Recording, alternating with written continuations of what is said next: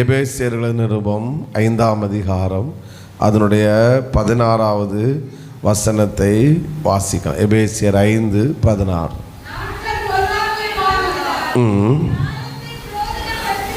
ஆமாம், ஒரு முறை கூட வாசிங்க.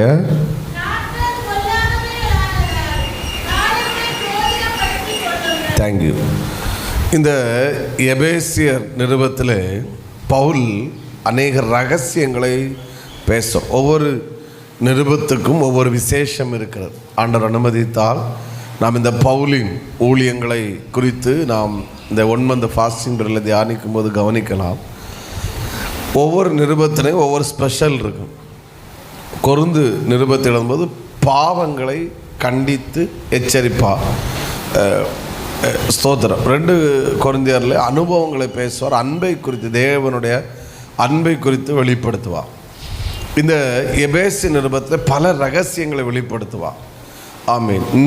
ரோம நிருபத்தில் நியாயப்பிரமாணம், கிருபையின் பிரமாணம், இந்த 2ஐயும் குறித்த வித்தியாசத்தை நாம் கிருபையின் பிரமாணத்துக்கு உட்பட்டவர்கள், நியாயப்பிரமாணம் என்ன அதை குறித்து ரோமரில் வெளிப்படுத்துவார். இப்படி பல நிருபங்களுடைய விசேஷங்களை சொல்லலாம். ஸ்தோத்திரம். 1 தெசலோனிக்க நிருபத்தில் வருகை குறித்து வெளிப்படுத்துவார். எல்லா அதிகாரத்திலும் 1 தெசலோனிக்கல அந்த 4-5 அதிகாரத்திலையும் வருகை குறித்த ஏதாவது ஒரு வார்த்தை அங்கே என்ன செய்யும், இருக்கும். ஸ்தோத்திரம். இப்படி ஒவ்வொரு நிருபத்திலையும் பல விசேஷங்கள் இருக்கிறது. அதில் எபேசிய நிருபத்தில் என்ன இருக்குன்னா ரகசியங்கள், நிறைய சீக்ரெட் ரகசியங்களை வெளிப்படுத்துவார். ஸ்தோத்திரம். நாம் யார் என்கிற அநேக அனுபவங்கள் அதில் இருக்கும். அதை ஒருவன் எபேசியர் நிருபத்தை கவனமாக வாசித்தால் அநேக சீக்ரெட், அநேக ரகசியங்களை புரிந்து கொண்டு கிறிஸ்துவுக்குள்ளே வளருவதற்கு ஒரு வாய்ப்பாக இருக்கும். ஆமீன் சொல்லுங்க.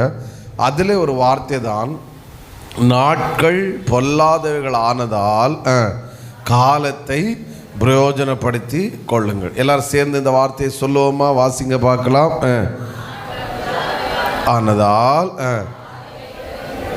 கொஞ்சம் கூட சத்தமாக சொல்லுங்க. நாட்கள் பொல்லாதவைகளானதால் காலத்தை என்ன செய்து கொள்ளுங்கள், பிரயோஜனப்படுத்தி கொள்ளுங்கள். அப்போது நமக்கு நாம் நமக்கு செய்கிற தீமைகளில் ஒரு தீமை, நம்ம சர்ச்சில் நான் அடிக்கடி சொல்லுகிற ஒரு வார்த்தை, மற்றவர்கள் நமக்கு செய்யும் தீமையை காட்டிலும் நாம் நமக்கு செய்யும் தீமை தான் அதிகம். மற்றவர்கள் நமக்கு செய்யும் துரோகத்தை காட்டிலும் நாமே நமக்கு செய்கிற துரோகம்தான் அதிகம். அதில் ஒன்று, நமக்கு கொடுக்கப்பட்டிருக்கிற நாட்களை, காலங்களை வீணடிப்பது. எல்லாம் இப்போ நீங்கள் ஒரு சொத்து இழந்துட்டீங்கன்னா திரும்ப வாங்க முடியும். ஒரு வாகனத்தை பறிபோனது, இல்லைன்னா ஒரு வாகனம் எப்படி நாசாயிட்டு உடஞ்சிட்டு அப்படின்னா அதை காட்டிலும் பெஸ்ட்டாக இன்னொரு வாகனத்தை நம்மால் வாங்க முடியும். ஒரு வீடு நம்ம சேல் பண்ணிட்டோம், ஒரு வீடு நமக்கு நாசாயிட்டு போயிட்டு அப்படின்னா பரவாயில்ல, நம்ம அதை காட்டிலும் பெஸ்ட்டாக இன்னொரு வீடு நம்மளால் வாங்க முடியும். ஆனால் நாம் வாங்க முடியாத காரியங்களில் 1-2 காரியங்கள் உண்டு. அதில் ஒன்று, நாம் செலவு பண்ணின நாட்கள், செலவு பண்ணின நேரங்கள். ஒரு அலையிலேயே சொல்லுங்க பார்க்கலாம். அதனால் பவுல் சொல்லுகிறார், நாட்கள் பொல்லாதவைகளானதால் காலத்தை என்ன செய்து கொள்ளுங்கள், பிரயோஜனப்படுத்தி கொள்ளுங்கள். யார் ஞானவான் என்றால் நாட்களை சரியாக பயன்படுத்தி கொள்ளுகிறவன் தான் யாரு ஞானவான். சோத்திரம். அநேகர் புலம்புகிற ஒரு காரியம் என்னவென்றால், எங்களுக்கு கொடுத்த நாட்களை நாங்கள் வீணடித்தோம், எங்கள் நாட்களை வேஸ்ட் ஆக்கிட்டோம், நாங்கள் ஞானம் இல்லாமல், எங்களுடைய நாட்களில் நாங்கள் ஞானம் இல்லாமல் நடந்துட்டோம். இந்த வயது முதிர்ந்தவர்கள் நமக்கு ஆலோசனை 2 விதத்திலிருந்து கொடுப்பாங்க. ஒன்று, அனுபவத்திலிருந்து கொடுப்பாங்க. 2வது, அந்த அனுபவத்திலிருந்து சொல்லுகிற இன்னொரு ஆலோசனைனா, நான் இந்த தப்பு செஞ்சிட்டேன், அதனால் இதை அனுபவிக்கிறேன். நான் இந்த தப்பு செஞ்சேன், அதனால் இதை என்ன செய்கிறேன், அனுபவிக்கிறேன். ஆனால் நீ இதை செய்யாட்டா நீ நல்லா இருப்பா. ஒரு ஆமேன்னு சொல்லுங்க பார்க்கலாம். வாலிபர்கள் என்ன சொல்லுவாங்க, என்னமோ இவர் வாலிபத்தில் ரொம்ப இதாயிட்டாரோ, இல்லை, அது பட்டு நம்மகிட்ட சொல்கிறது, நீ இதை செஞ்சிடாத, நீ தப்பலாம் என்று. அப்போது நாம் நமக்கு கொடுத்த நாட்களை பயன்படுத்தினால் நம்முடைய வாழ்க்கை பயனுள்ளதாக இருக்கும், பிரயோஜனம் உள்ளதாக இருக்கும். அநேக பிள்ளைகள் ஸ்கூல் படிப்பை மிஸ்யூஸ் பண்ணுவாங்க, காலேஜ் படிப்பை மிஸ்யூஸ் பண்ணுவாங்க. அதன் பிறகு வாழ்க்கை சீரழிந்து சின்ன பின்னமாகும்போது எனக்கு கிடைச்ச ஸ்கூல் நாட்டில் வேஸ்ட் ஆக்கிட்டனே, படிக்க கிடைச்ச நாட்டில் வேஸ்ட் ஆக்கிட்டனே, எங்கூட இருந்து நல்லா படித்தவனுங்களை இன்னைக்கு நல்ல வேலையில் இருக்கிறானுங்க, நான் இன்றைக்கி கஷ்டப்படுறேனே அப்படின்னு அநேகர் இன்றைக்கி புலம்புகிறது உண்டு. அப்போது அதனால பவுல் சொல்லுகிறார், நீங்கள் காலத்தை என்ன செய்து கொள்ளுங்கள், பிரயோஜனப்படுத்திக் கொள்ளுங்கள். ஒரு அலையிலேயே சொல்லுங்கள் பார்க்கலாம். ஓகே, பல காரியம் உண்டு, நான் சில காரியங்களை வேகமாக சொல்லுகிறேன். ஒன்று, நாம்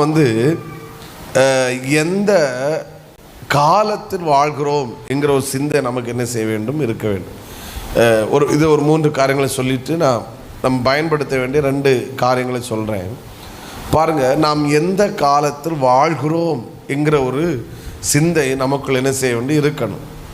வேதத்திலிருந்து 1-2 சம்பவங்களை ஞாபகப்படுத்துகிறேன், நமக்கு தெரிஞ்சனால நான் வசனங்களுக்குள்ளே போகாமல். பாருங்கள், மோசே எகிப்து தேசத்தில் அவன் வாழ்ந்தான், அல்லது பிறந்தான், எகிப்து தேசத்தில் பிறந்தான். பாருங்கள், மோசே பிறந்த ஒரு காலத்தை கவனிங்க, அதான் ரொம்ப அது சரியான எக்ஸாம்பிள். மோசே பிறந்த ஒரு காலம் என்ன காலம் அப்படின்னா, அவன் பிறக்கும்போது ராஜாவிடத்திலிருந்து ஒரு சட்டம் இயற்றப்பட்டிருக்கிறது. பிறக்கிற 2 வயதுக்குட்பட்ட எல்லா ஆண் குழந்தைகளும் என்ன செய்யப்பட வேண்டும், கொல்லப்பட வேண்டும். இப்போ பாருங்கள்,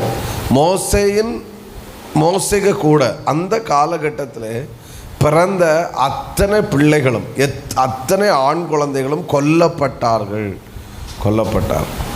இப்போ என்னுடைய கேள்வி, அந்த ஆண் குழந்தைகள் மரிப்பதற்கு காரணம் அவர்கள் செய்த பாவம் அல்ல, ஆனால் அந்த பிள்ளைகள் மரிப்பதற்கு காரணம் அவர்கள் அந்த காலத்தில் பிறந்தபடினால அவர்கள் கொல்லப்பட்டார்கள். ஹலோ, ஒரு ஆமீன் சொல்லுங்க பார்க்கலாம். எந்த காலத்தில் பிறந்தாங்க? ஆண் குழந்தைகள் என்ன செய்யப்பட வேண்டும், அந்த சட்டம் இயற்றப்பட்ட காலத்தில் அந்த பிள்ளைங்க பிறந்தாங்க.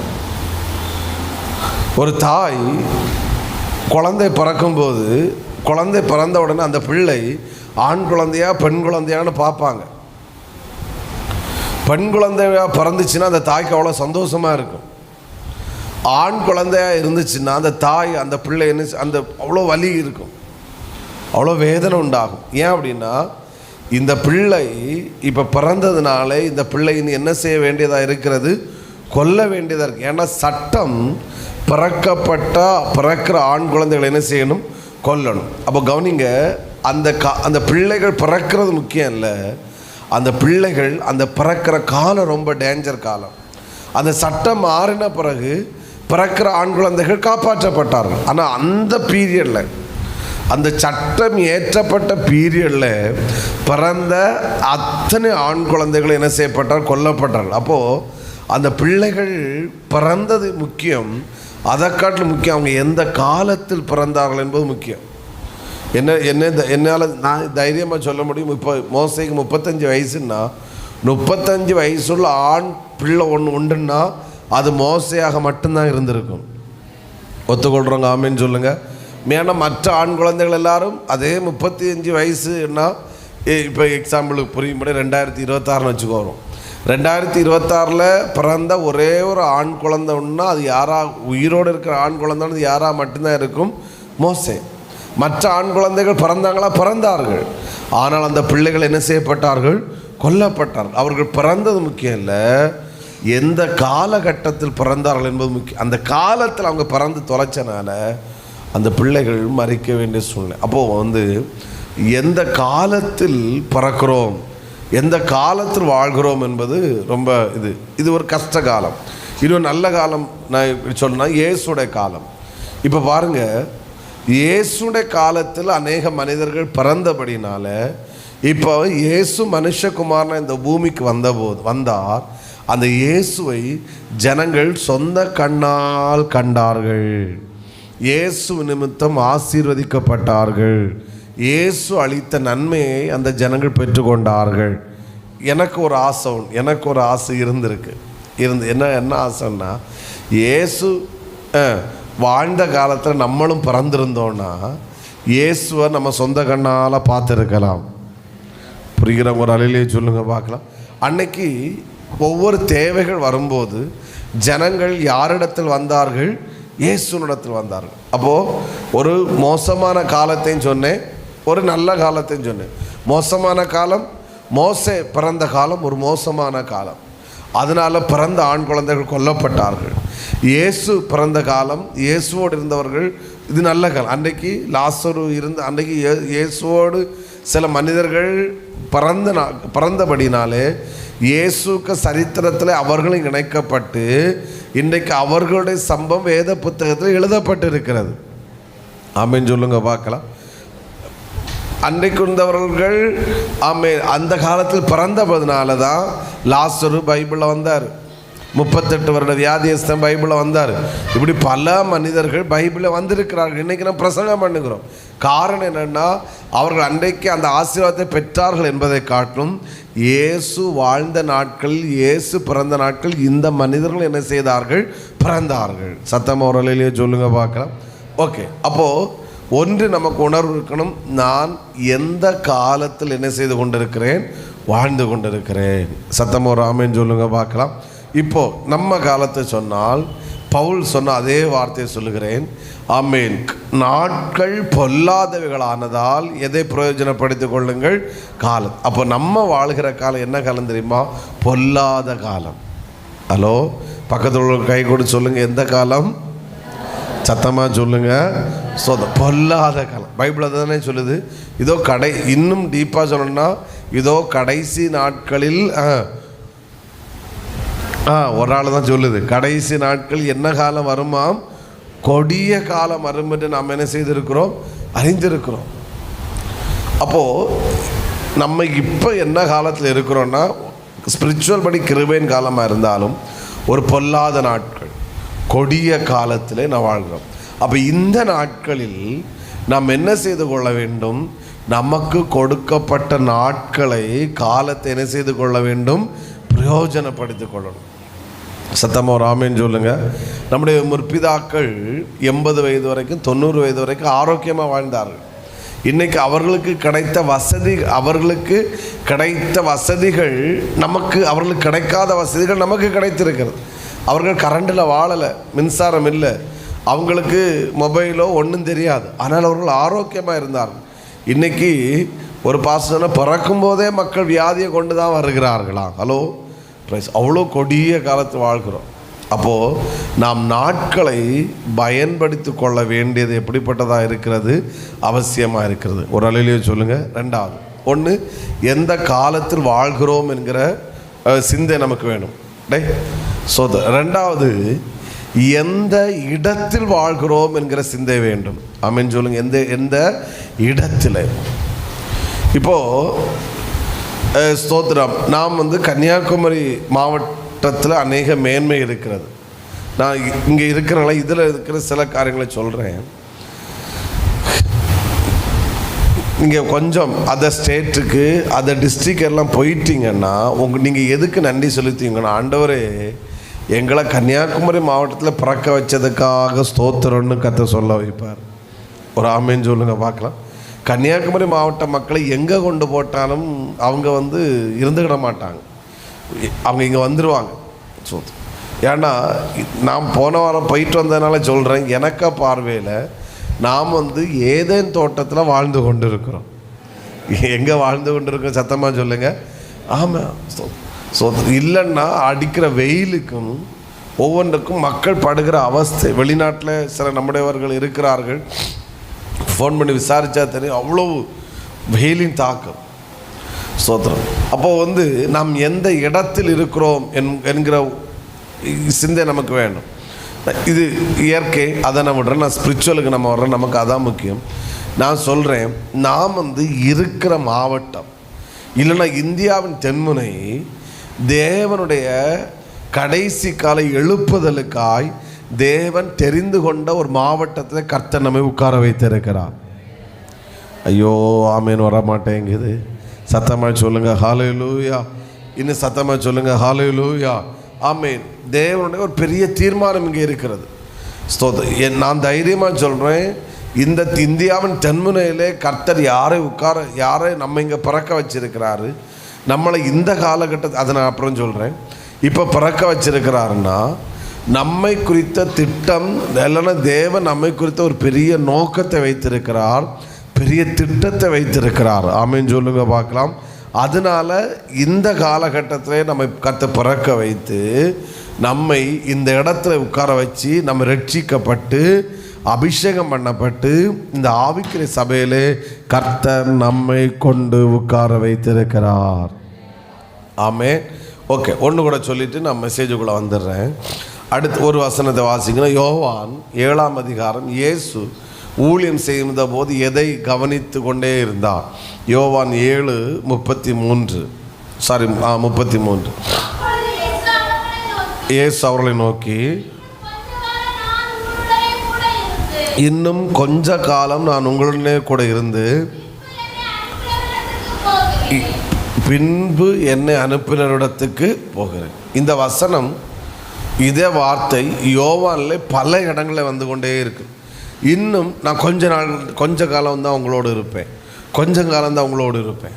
ஒரு அலையிலேயே சொல்லுங்கள், கவனிங்க. ஒன்று சொன்னேன், எந்த காலத்தில் வாழ்கிறோம் என்கிற உணர்வு நமக்கு வேணும். ரெண்டாவது சொன்னேன், எந்த இடத்தில் நான் வாழ்கிறோம் என்கிற உணர்வு வேண்டும்.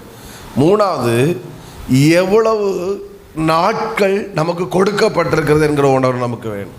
எவ்வளவு நாட்கள்? இயேசுவுக்கு தெரியும், இனி எனக்கு முன்பாக இருக்கிற நாட்கள் நிறைய நாட்கள் அல்ல, கொஞ்ச காலம். எவ்வளோ நாட்கள் தான் எனக்கு முன்பாக கொடுக்கப்பட்டிருக்கிறது? பின்னாடி தான் சொல்கிறாங்க. எல்லாரும் தங்கங்களே கொஞ்சம் சத்தமாக சொல்லுங்க. எவ்வளோ காலம்தான்? கொஞ்ச காலம். அப்போது அவர் அந்த வெளிப்போடு தான் ஊழியம் செய்தார். ஏன் அவர் இளைப்பாறலை? ஏன் ரெஸ்ட் எடுக்கலை? ஏன் கிடைத்த வாய்ப்புகளெல்லாம் பயன்படுத்தினார்? ஏன்னா இயேசுவுக்கு தெரியும், எனக்கு முன்பாக இருப்பது நிறைய நாட்கள் அல்ல, நிறைய காலம் அல்ல. எவ்வளோ காலம்தான் இருக்கிறது? கொஞ்ச காலம். எத்தனை பேர் எங்கூட ஒத்துக்கொள்கிறீங்க, பாஸ்டர் இனி நமக்கு முன்பாக நிறைய நாட்கள் கொடுக்கப்படவில்லை, கொஞ்ச காலம்தான் கொடுக்கப்பட்டிருக்குன்னு ஒத்துக்கொள்கிறவங்க சத்தமாக ஒரு ஆமே. எது பார்த்து ஆமேன்னு வரல. சிலர் என்ன நினச்சிட்டு இருக்கிறோன்னா, இன்னும் நம்ம ஒரு 150-200 வருஷம் நம்ம என்ன செய்வோம்? உங்கள் ஆசை நிறைவேறட்டு நான் அதை எதுக்கலை. ஆனால் உண்மை என்னென்னா, நமக்கு எவ்வளோ நாட்கள் தான் கொடுக்கப்பட்டிருக்கிறது?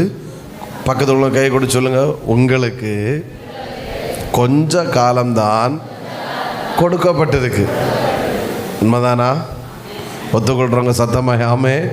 ஆமே. ஏன் இயேசு சும்மா இருக்கலை? ஏன் இயேசு ரெஸ்ட் எடுக்கலை? ஏன் இயேசு கிடைத்த வாய்ப்புகளை பயன்படுத்தினார்? இயேசுவுக்கு தெரியும், எனக்கு கொடுக்கப்பட்ட காலம் எவ்வளோ காலம்? கொஞ்ச காலம். சாத்தானை குறித்து ஆண்டவர் சொல்லும்போது, அவன் இன்னும் கொஞ்ச நாட்கள் உண்டென்பதை அறிந்து அவன் தீவிரமாக செயல்படுகிறான். ஆமென் சொல்லுங்க பார்க்கலாம். அப்போது ஒரு தேவ பிள்ளை, நான் பிரசங்கத்துக்குள்ளே போகிற முன்னாடி ஸ்ட்ராங்காக புரிஞ்சுக்கோங்க, எனக்கு கொஞ்ச காலம்தான் என்ன செய்யப்பட்டிருக்கு, கொடுக்கும். இந்த எக்ஸாம் எழுதும்போது, இப்போ எத்தனை மணி எக்ஸாம் முடியும் தெரியல, இப்போ 12 மணிக்கு எக்ஸாம் முடியும்னா, எக்ஸாம் பேப்பர் கொடுக்கணும்னா 11:55க்கு பிள்ளைங்க எப்படி எழுதுவாங்க? பேந்தேலை சொல்லுங்க கொஞ்சம். ஸோ எவ்வளோ எப்படி எழுதுவாங்க? கை டீச்சர்டே கொண்ட இல்லை ஃபஸ்ட் இல்லை டீச்சர். மற்ற எக்ஸாம் 9 மணிக்கு ஸ்டார்ட் ஆகுதுன்னா 9:10 9:15 எப்படி எழுதிட்டு இருப்பாங்க? படம் வரைஞ்சிருப்போம், மெதுவாக எழுதிருப்போம். பட்டு 11:55 வந்தால் அங்கே சொல்லு டைனும் 5 minutes more அப்படின்னு சொல்லும்போது இவங்க அப்போ தான் எல்லாம் ஞாபகத்து வரும். ஏன்னா அவங்களுக்கு தெரியும், இன்னும் எனக்கு இருக்கிற நேரம் 5 நிமிடம் மாத்திரமே. அவ்வளோ வேகமாக செயல்படுவாங்க. இப்போ எக்ஸாம்பிள் ஸ்தோத்திரம், ட்ரெயினுக்கு சிலர் தெரியும், இப்போ 7 மணிக்கு ட்ரெயின் ஸ்டார்ட் ஆகுதுன்னா 6:55க்கு மற்ற வெளியே நிற்கிற மக்கள் என்ன செய்வாங்க? அந்த லக்கேஜை எடுத்துகிட்டு ஓடுவாங்க ஒரு ஓட்டம். ஏன்னா ஸ்தோத்திரம், இன்னும் 5 நிமிஷத்தில் ட்ரெயின் என்ன செய்யும், புறப்படும். எனக்கு முன்னாடி கொஞ்ச நேரம் தான் இருக்குது, சில நிமிடங்கள் தான் இருக்கிறது, சில வினாடிகள் தான் இருக்குது. அதை ஏன் ஓடுகிறாங்கன்னா, அந்த 5 நிமிடத்தையும் சில வினாடிகளையும் நான் வீணடித்து விடக்கூடாது, நான் அதை பயன்படுத்தி கொள்ளணும். நான் வீணடித்தேன் என்றால் நான் சிலவற்றை இழக்க நேரிடும், எனக்கு கிடைத்த வாய்ப்புகளை நான் இழக்க நேரிடும். இந்த ஒரு வெளிப்பாடு தேவ பிள்ளைகளுக்குள் வர வேண்டும், ஆவிக்குரியவர்களுக்கும் உலகப்பறம். இப்போ ஏன் நம்மளால் சும்மா இருக்க முடியலைன்னா, நமக்கு தெரியும் இது நமக்கு நிறைய காலம் கொடுக்கப்படவில்லை, நிறைய நாட்கள் கொடுக்கப்படவில்லை. நமக்கு எவ்வளோ நாட்கள் தான் கொடுக்கப்பட்டிருக்கிறது, கொஞ்சம். இந்த ஆதியாகமத்தில் இந்த 7 அதிகாரம் வரைக்கும் வாசிக்க வரைக்கும் எனக்கு பயங்கர கோபம் உண்டு. ஏன்னா ஒவ்வொரு முறையும் பாவம் செய்ய ஏதோ ஒன்று வந்துக்கிட்டே இருக்கும். ஒன்று, மக்கள் அன்றைக்கு 900 வருஷம் வரைக்கும் உயிரோடு இருந்தாங்க, நல்லா வாழ்ந்தாங்க, சோத்திரம். அதுக்கப்புறம் பாவம் பிரவேசித்து கடைசி எப்போ நோவாவின் நாட்களில் மழை பெஞ்சிச்சோ அதோட 120க்குள்ளே வந்துட்டு, அடுத்து திரும்பவும் இவனுக்கு இந்த பாபேல் கோபுரம் ஒன்று கட்ட போய் ஒரே லாங்குவேஜ் பேசிகிட்டு இருந்தவங்கெல்லாம் இப்பொழுது ஆண்டவர் பாஷைகளை தாறுமாறாக்கி எல்லாரும் பல பாஷைகளை பேச ஆரம்பிச்சிட்டாங்க. ஒரு அலையிலே சொல்லுங்க பார்க்கலாம். இந்த நீங்கள் இப்போ நம்ம இந்த மக்கள் மத்தியில் இருக்கிறது உங்களுக்கு பிரச்சனை இல்லை, இதுக்கு வேல்யூ தெரியல. நீங்கள் உங்களை வட இந்தியா கொண்டு போட்டால் லாங்குவேஜுக்கு வேல்யூ அப்பமாக்கும் தெரியும். ஸ்தோத்திரம். ஒருத்தர்கிட்ட பேச ஆசை இருக்கும், பேச முடியாது, புரியாது. அவங்க நம்மள்கிட்ட பேச விரும்புவாங்க, ஒன்றும் புரியாது. அப்படி இப்படி சமாளிச்சுட்டு போக வேண்டியதான். சில இடங்களில் தெரியாத இடத்துல பஸ்ஸு தெரியாது, எப்போ பஸ்ஸு வரணும்னு தெரியாது, யாரையும் தெரியாது. ஆனால் பஸ் ஏறி போகணும், பேசணும், யாருக்கும் புரியாது. அப்படிப்பட்ட இடங்களில் நம்ம தள்ளப்படும் போலாக்கும் இவனுக்கு மேலே கோபம். அவனை ஒரு பாபேல் கோபுரத்தை கட்ட போய் நம்ம லாங்குவேஜ் எல்லாம் என்ன செய்ய போயிட்டு, சின்ன பின்னம் ஆயிட்டு. ஓகே, அப்போது நமக்கு கொஞ்ச காலம் கொடுக்கப்பட்டிருக்கு. இதை நான் பிரசங்கத்துக்குள்ளே போகும்போது சபை இதை புரிந்து கொள்ள வேண்டும். எனக்கு நிறைய நாட்கள் கொடுக்கப்படவில்லை, எனக்கு எவ்வளோ நாட்கள் தான் கொடுக்கப்பட்டிருக்கிறது? சத்தமாக சொல்லுங்கள், எவ்வளோ நாட்கள் தான்? கொஞ்சம். ஒரு முறை கூட பக்கத்தில் உள்ளவங்க கை கொடுச்சிடும். நமக்கு கொஞ்சம் சத்தமாக சொல்லுங்களேன். நமக்கு கொஞ்ச காலம்தான் கொடுக்கப்பட்டிருக்கு. ஒத்துக்கொள்கிறாங்க? ஆமே. அப்போ கொஞ்ச காலம் கொடுக்கப்பட்டிருக்குன்னா நம்ம எப்படி இருக்கணும் சொல்லுங்கள்? கொஞ்ச காலம் தான் கொடுக்கப்பட்டு நம்ம எப்படி இருக்கணும்? உறங்கி உறங்கி உறங்கி உறங்கி எழும்பி இருக்கணுமா? பேசுங்க. சுறுசுறுப்பாக இருக்கணும். அப்படின்றத காட்டிலும் எனக்கு கொடுக்கப்பட்டிருக்கிற ஒரு நாளை கூட நான் வீணடிக்கக்கூடாது, ஒரு செகண்டை கூட வீணடிக்கக்கூடாது, ஒரு நிமிடத்தை கூட நான் வீணடிக்க ஒரு செகண்டை நான் வீணடித்தாலும் அது எனக்கு ஆபத்து.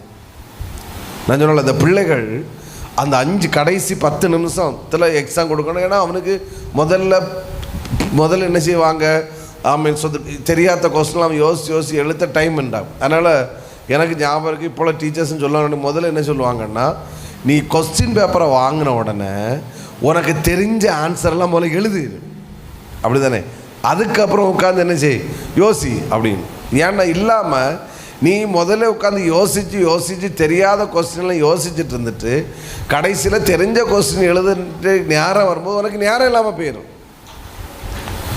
அவன் சில பிள்ளைகள் ஒருவேளை தெரியாத கொஸ்டினுக்கு நேரத்தை விட்டுட்டு செலவு பண்ணிட்டு கடைசி நேரத்தில் தெரிஞ்ச கொஸ்டின் நிறைய இருக்குது, ஆனால் எழுதுக்கு நேரம் இல்லாமல் போகும்போது அந்த பிள்ளைகள் வெளியே வரும்போது வருகிற வருத்தமும் வலியும் நேரத்தை வேஸ்ட் ஆக்கிடும். முதல்ல நான் இந்த கொஸ்டினுங்களை ஆன்சர் எழுதியிருந்தா நான் மார்க்கு கிடச்சிருக்குமே, கோட்டை விட்டுட்டேன்.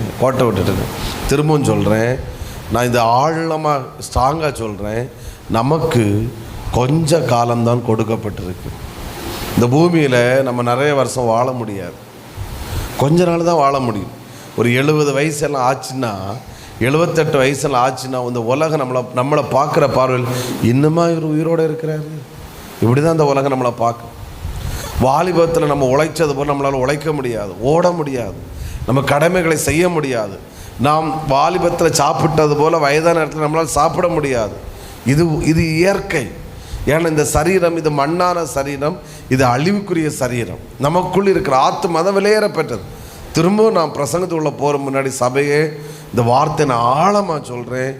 நமக்கு கொஞ்ச நாட்கள் தான், கொஞ்ச காலம்தான் கொடுக்கப்பட்டிருக்கிறது. இதில் ரொம்ப ஸ்ட்ராங்காக இருங்க. சோத்திரம். ஒவ்வொரு பர்த்டேயும் வரும்போது நம்ம என்ன நினைக்கணும்னா, எனக்கு கொடுக்கப்பட்ட காலத்துக்குள்ளே நான் இன்னும் கிட்ட நெருங்கிட்டேன். இன்னும் ஓப்பனாக சொல்லணும்னா, நான் சாகிறதுக்கு இன்னும் 1 வருஷம் கூட கிட்ட வந்துட்டேன். அதான் உண்மை. இயேசு எப்படி ஊழியம் செய்தார்? இன்னும் எனக்கு எவ்வளோ காலம்தான் கொடுக்கப்பட்டிருக்கிறது? கொஞ்ச காலம். நமக்கு கொடுத்திருக்கிற ஒரு நாளை அது நமக்கு கிடைத்த 1 வருஷமாக நினச்சி அந்த ஒரு நாளையும் நாம் பயன்படுத்தினால் அதே போல் மேன்மை வேறு ஒன்றுமே கிடையாது. இயேசு சொன்னது போல் நம்மளால் சொல்ல முடியும், ஆமேன், எல்லாம் முடிந்தது. பவுல் தைரியமாக சொன்னார், நல்ல போராட்டத்தை போராடினேன், ஓட்டத்தை முடித்தேன். அதுக்கு அர்த்தம் என்ன? எனக்கு கொடுக்கப்பட்ட நாட்களை நான் வீணடிக்காமல் நான் பயன்படுத்தினேன். அத்தனை பட்டணத்துக்கு பவுல் வருவார். அங்கே இவங்களுக்காக, யூதாவுக்காகவும் இவங்க தீமோத்தேயு இவங்களுக்காக காத்திருப்பார்.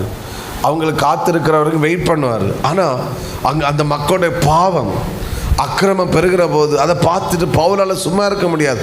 அவங்க 2வது வரட்டும், நம்ம ஊழியம் செய்வோம். பவுல் ஊழியம் செய்ய ஆரம்பித்தார். இயேசு எங்கேயும் நாட்களை வீணடித்தார் என்று சொல்லவே இல்லை. அவர் அதிகாலை பசியாக இருப்பார். ஆனாலும் ஒருத்தங்க வந்தால் ஊழியம் செய்வார். அவர் ராத்திரி பகலும் நாட்களை பயன்படுத்தினார். ஏன் அப்படின்னா, இயேசுக்கு நன்றாக தெரியும், எனக்கு கொஞ்ச காலம்தான் கொடுக்கப்பட்டிருக்கு. நான் சொல்கிற வார்த்தை புரியுது பாசம் சொல்கிறவங்க சத்தமாக ஆமென். இன்னும் சத்தத்தை உயர்த்தி ஹல்லேலூயா. நான் அவுட் ஆஃப் சப்ஜெக்ட், நான் இதே ஒன்று சொல்லிட்டு போயிடுறேன். கவனிங்க, நம்ம வாழ்க்கையில் 2 விதமான சூழ்நிலைகள் நாம் சந்திக்க வேண்டியிருக்கு. ஒன்று, யோசேப்பின் சரித்திரத்தில் வர்றேன். 7 வருஷம் செழிப்பு, அடுத்த 7 வருஷம் என்னது? பஞ்சம். இந்த 2ஐயும் நாம் கண்டிப்பாக நம்ம வாழ்க்கையில் சந்திப்போம். இது நான் ஸ்பிரிச்சுவலில் விட்டு அவுட்டு வெளியே நான் ஒரு 5 நிமிஷம் பேசிட்டு உள்ளே வாரேன். நமக்கு கொடுத்திருக்க அந்த செழிப்பின் நாட்களில் இந்த பார்வோனுடைய அந்த நாட்களில் யோசேப்பு என்ன செய்தான் என்றால், அந்த செழிப்பின் நாட்களில் தானியத்தை வீணடிக்காமல் தானியத்தை சேமித்து வைத்ததுனால அடுத்த 7 வருஷம் பஞ்ச நாட்களில் முழு தேசத்துக்கும் தானியம் கொடுக்க முடிந்தது. மற்ற தேசத்தாரும் தானியம் கேட்கிற அளவிலே தேசம் காணப்பட்டு, நான் கேட்குறேன், மற்ற தேசத்துக்கு என்னாச்சு? அவர்கள் கொடுக்கப்பட்ட நல்ல நாட்களில் தானியங்களை வீணடித்ததுனால அல்லது சேமித்து வைக்காததுனால கஷ்ட காலம் வரும்போது அவர்கள் சாப்பாட்டுக்காக ஏங்க வேண்டியதாக இருந்துச்சு. ஆனால் யோசேப்பின் மூலம் தன்னுடைய நல்ல நாட்களில் அந்த தானியங்களை அவன் சேமித்து வைத்ததுனால கஷ்ட நாட்களில், ஒரு அலையிலேயே சொல்லுங்க பார்க்கலாம், அவன் தேசத்துக்கு தானியத்தை கொடுக்க முடிந்து ஜனங்கள் நிலங்களை விற்றார்கள். அந்த நிலங்கள் எல்லாம் பார்வோனுக்கு பேருக்கு வந்துச்சு.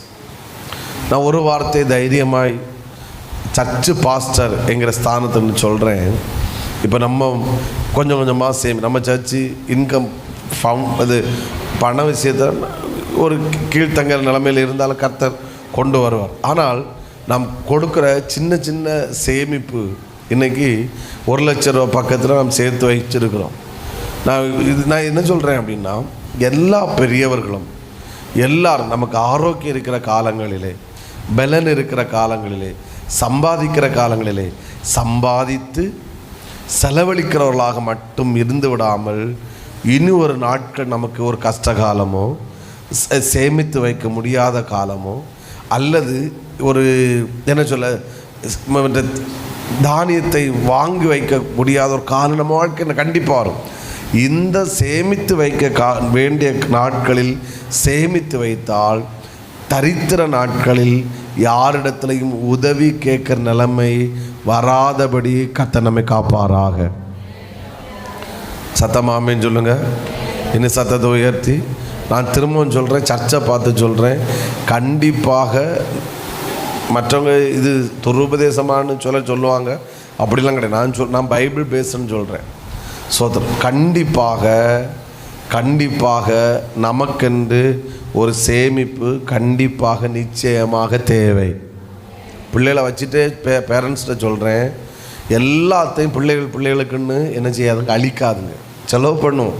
அதை நான் என்ன சொல்கிறேன்னா, நம்ம பிள்ளைகள் நல்லா இருக்க நம்ம விரும்புகிறோம், அதில் எந்த மாற்றமும் கிடையாது, எந்த சம்பந்தமும் கிடையாது. ஆனால் நமக்கென்று சிலது இருக்கும்போது நம்முடைய காலகட்டத்தில் அது நமக்கு ஒரு நாட்களில் மிகப்பெரிய உதவியாக இருக்கும் என்பதில் எந்த சந்தேகமும் இல்லை. ஒத்துக்கொள்கிறவங்க சத்தமாக ஆமே ஒத்துக்கொள்கிறீங்களா? ஒத்துக்கொண்டா மட்டும் ஒரு ஆமேன்னு சொல்லுங்கள். பிள்ளைகள் உண்மைதான்.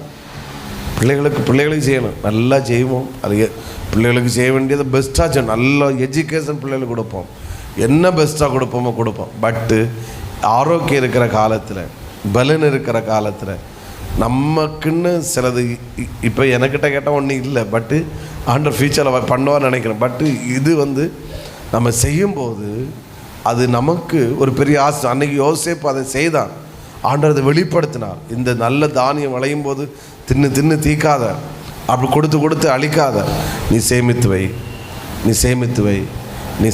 வை. உனக்கு ஆபத்தான நேரத்தில் அது உனக்கு மிகப்பெரிய உதவியாக இருக்கும். இளம் வயதில் உள்ளவர்களை பார்த்து பேசுகிறேன். இளம் வயதில் உள்ளவர்களை பார்த்து நான் சொல்கிற ஒரு காரியம், ஃப்யூச்சரை பிளான் பண்ணி இப்போவுமே. அதனால் சில ஆட்கள் ஒன்றும் தின்னவும் மாட்டணும், செலவு பண்ண மாட்டோம், சேர்த்து வச்சு கடைசியில் டாக்டர்கிட்ட கொண்டு கொடுக்கணும். நான் அதை சொல்லலை. நல்லா சாப்பிடும், நல்லா சேமித்து. ஏன்னா நமக்கு 2 காலமும் உண்டு. ஒன்று நல்லா செழிப்பின் காலமும் உண்டு, இன்னொன்று தரித்திரத்தின் காலமும் உண்டு. செழிப்பின் காலத்திலே நாம் சேமித்து வைக்கும்போது தரித்திரத்தின் காலத்திலே அது நமக்கு மிகப்பெரிய உதவியாக இருக்கும். யாரிடத்திலும் கை ஏந்துகிற நிலைமை வரவே வராது.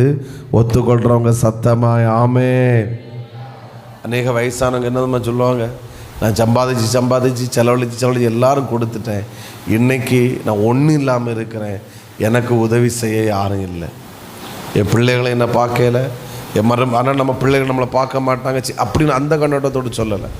நமக்கு ஆமேன் சிலது சேமிக்க நல்ல காலத்தில் நம்ம சேர்த்து வைக்கும்போது அது என்னைக்காவது ஒரு காலத்தில் அது நமக்கு மிகப்பெரிய உதவியாகத்தான் இருக்கும்.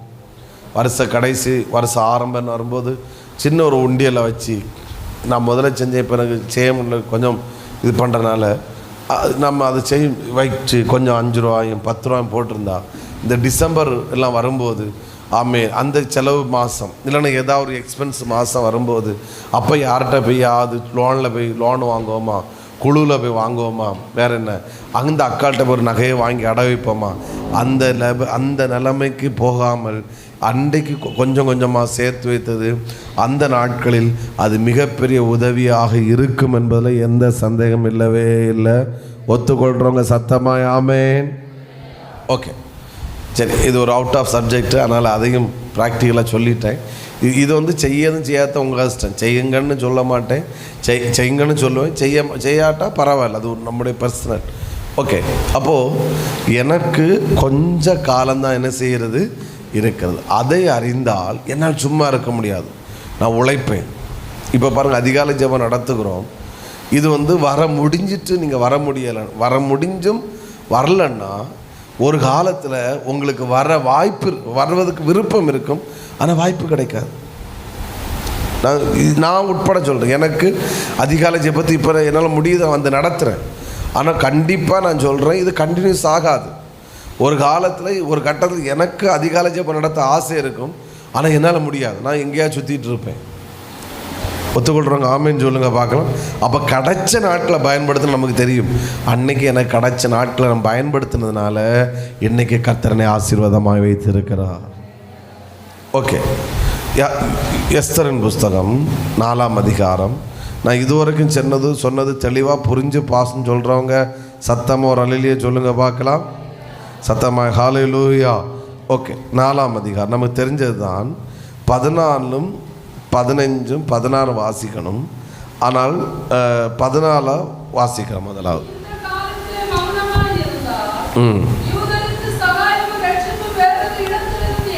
போதும். ஒன்று, இது மொர்தெகாயோட ஒரு வேர்டு. மொர்தெகாய் எஸ்தரிடத்தில் சொன்ன ஒரு வேர்டு காலத்தை டச் பண்ணுறான். மொர்தெகாய் எதை டச் பண்ணுறாரு? காலம். என்ன சொல்கிறான்னா, நீ இந்த காலத்தில் மௌனமாக இருந்தால் யூதருக்கு சகாயமும் ரட்சிப்பும் வேறு அப்படின்னு அர்த்தம். நீ அரண்மனையில் சொகுசா இருக்கிற காலம் இது அல்ல. நீ சொகுசா ஒரு காலம் இருப்பா. நீ ராஜாத்தின்ற ராணின்ற பட்டம் தரிச்சிட்டு நீ அரண்மனையில் தேசத்தின் நிலைமை தேசத்தை குறித்து கவலைப்படாமல் நீ அமைதியாக இருக்கிற காலம் இது அல்ல. மொர்தெகாய் சொல்கிறான் எஸ்தர்ட்ட, இந்த காலம் நீ செயல்படுகிற ஒரு காலம், நீ அமைதியாக இருக்கிற காலம் அல்ல. நீ இந்த காலத்தில் நீ மௌனமாக இருந்தால் யூதருக்கு சகாயம் ரட்சிப்பு வேறு இடத்துல வரும். ஒரே வார்த்தையில் சொன்ன, நீ இந்த காலத்தில் மௌனமாக இருந்தால் நீ ராணி ஆகி எந்த பிரோஜனமும் இல்லை. நீ இந்த அகாஸ்வேரு ராஜாவுக்கு நீ ராணின்னு சொல்கிறதுல எந்த பயனும் இல்லை. இன்னும் டீப்பாக சொன்னால், நீ இந்த காலத்தில் மௌனமாக இருந்தால் நான் உன்னை வளர்த்தி எந்த பிரோஜனமும் இல்லை. உன்னை உருவாக்குனதுனால எந்த பயனும் இல்லை. உன்னை இந்த ராணியாக மாற்றி அந்த அரண்மனைக்கு அனுப்புறதுனால எனக்கு எந்த பயனும் இல்லை. இன்னும் டீப்பாக சொல்லணும்னா, நீ இந்த காலத்தில் அமைதியாக இருந்தால் உன்னை வளர்த்துனதுக்காக நான் வெட்கப்படுகிறேன்னு சொல்கிறான் மொர்தெகாய். இந்த வேடை கேட்ட உடனே எஸ்தரால் அமைதியாக இருக்க முடியவில்லை. அவள் வஸ்திரத்தை அனுப்பி பார்த்தா அப்படி உட்கார். இது கொண்டு மொர்தெகாய் அசையலை. அவளுக்கு ஒன்று புரிஞ்சிட்டு, இந்த காலம் நான் அமைதியாக இருக்கிற காலம் அல்ல. 2, இந்த காலத்தில் நான் ஏதோ ஒன்று செய்வதற்காகத்தான் கர்த்தர் எனக்கு இந்த ராஜ மேன்மையை தந்திருக்கிறார். புரிகிறவங்க சத்தமாக ஒரு ஆமேன்னு சொல்லுங்க. ஏன் உங்களை ரட்சித்தார்? ஏன் உங்களை அபிஷேகித்தார்? நம்ம அபிஷேகத்தை குறித்து பேசுவோம். கவனிங்க, நான் இடையில இடைப்பட்டு நான் அபிஷேகத்தில் பேசுவேன். ஒன்று சொல்கிறேன், அதில் ஒன்று பேசுகிறேன். சாமுவேல் தைல கொம்பை எடுத்துட்டு அபிஷேகம் பண்ணுவதற்காக ஈசாயோட வீட்டுக்கு வர்றான். ஆனால் தைல கொம்பு இருக்கு, அபிஷேக தைலம் இருக்கு, அபிஷேகம் பண்ணுகிற நபர் இருக்கிறாரு, சாமுவேல் இருக்கிறாரு. அபிஷேகத்தை வாங்குவதற்காக ஈசாயின் குமாரர்கள் ஒவ்வொருவராய் வருகிறார்கள். ஆனால் கர்த்தர் தாவீதை தவிர மற்றவர்களை அபிஷேகம் பண்ணுவதற்கு கர்த்தர் சாமுவேலை அனுமதிக்கவில்லை. என்னுடைய கேள்வி என்னன்னா, ஏன் அந்த மனிதர்களை அபிஷேகம் பண்ணாமல் கர்த்தர் தடுத்துட்டு ஏன் தாவீதை கர்த்தர் அபிஷேகம் பண்ண வேண்டும்? ஏன் அவர்களை அபிஷேகம் பண்ண கர்த்தர் அனுமதிக்கவில்லை? அப்படின்னு ஒன்று புரிஞ்சுக்கிடணும். ஆண்டவர் ஒருவனை எல்லாரும் அபிஷேகிக்க மாட்டார். அதாவது எல்லாரும் மேலே ஆவேன். ஆண்டவர் ஒருத்தன் மேலே ஒரு அபிஷேகத்தை வைக்கிறாருன்னா அது அப்படின்னா அவனை குறித்து ஆண்டவருக்கு ஒரு பெரிய நோக்கம் இருக்கிறது. இப்போது மற்றவர்களுக்கு கொடுக்காத ஒரு அபிஷேகத்தை கர்த்தர் நம்ம மேலே வச்சிருக்கிறாருன்னா நம்மை குறித்து தேவனுக்கு ஒரு பெரிய நோக்கம் இருக்கிறது. சத்தமாக ராமேன்னு சொல்லுங்க பார்க்குறேன்.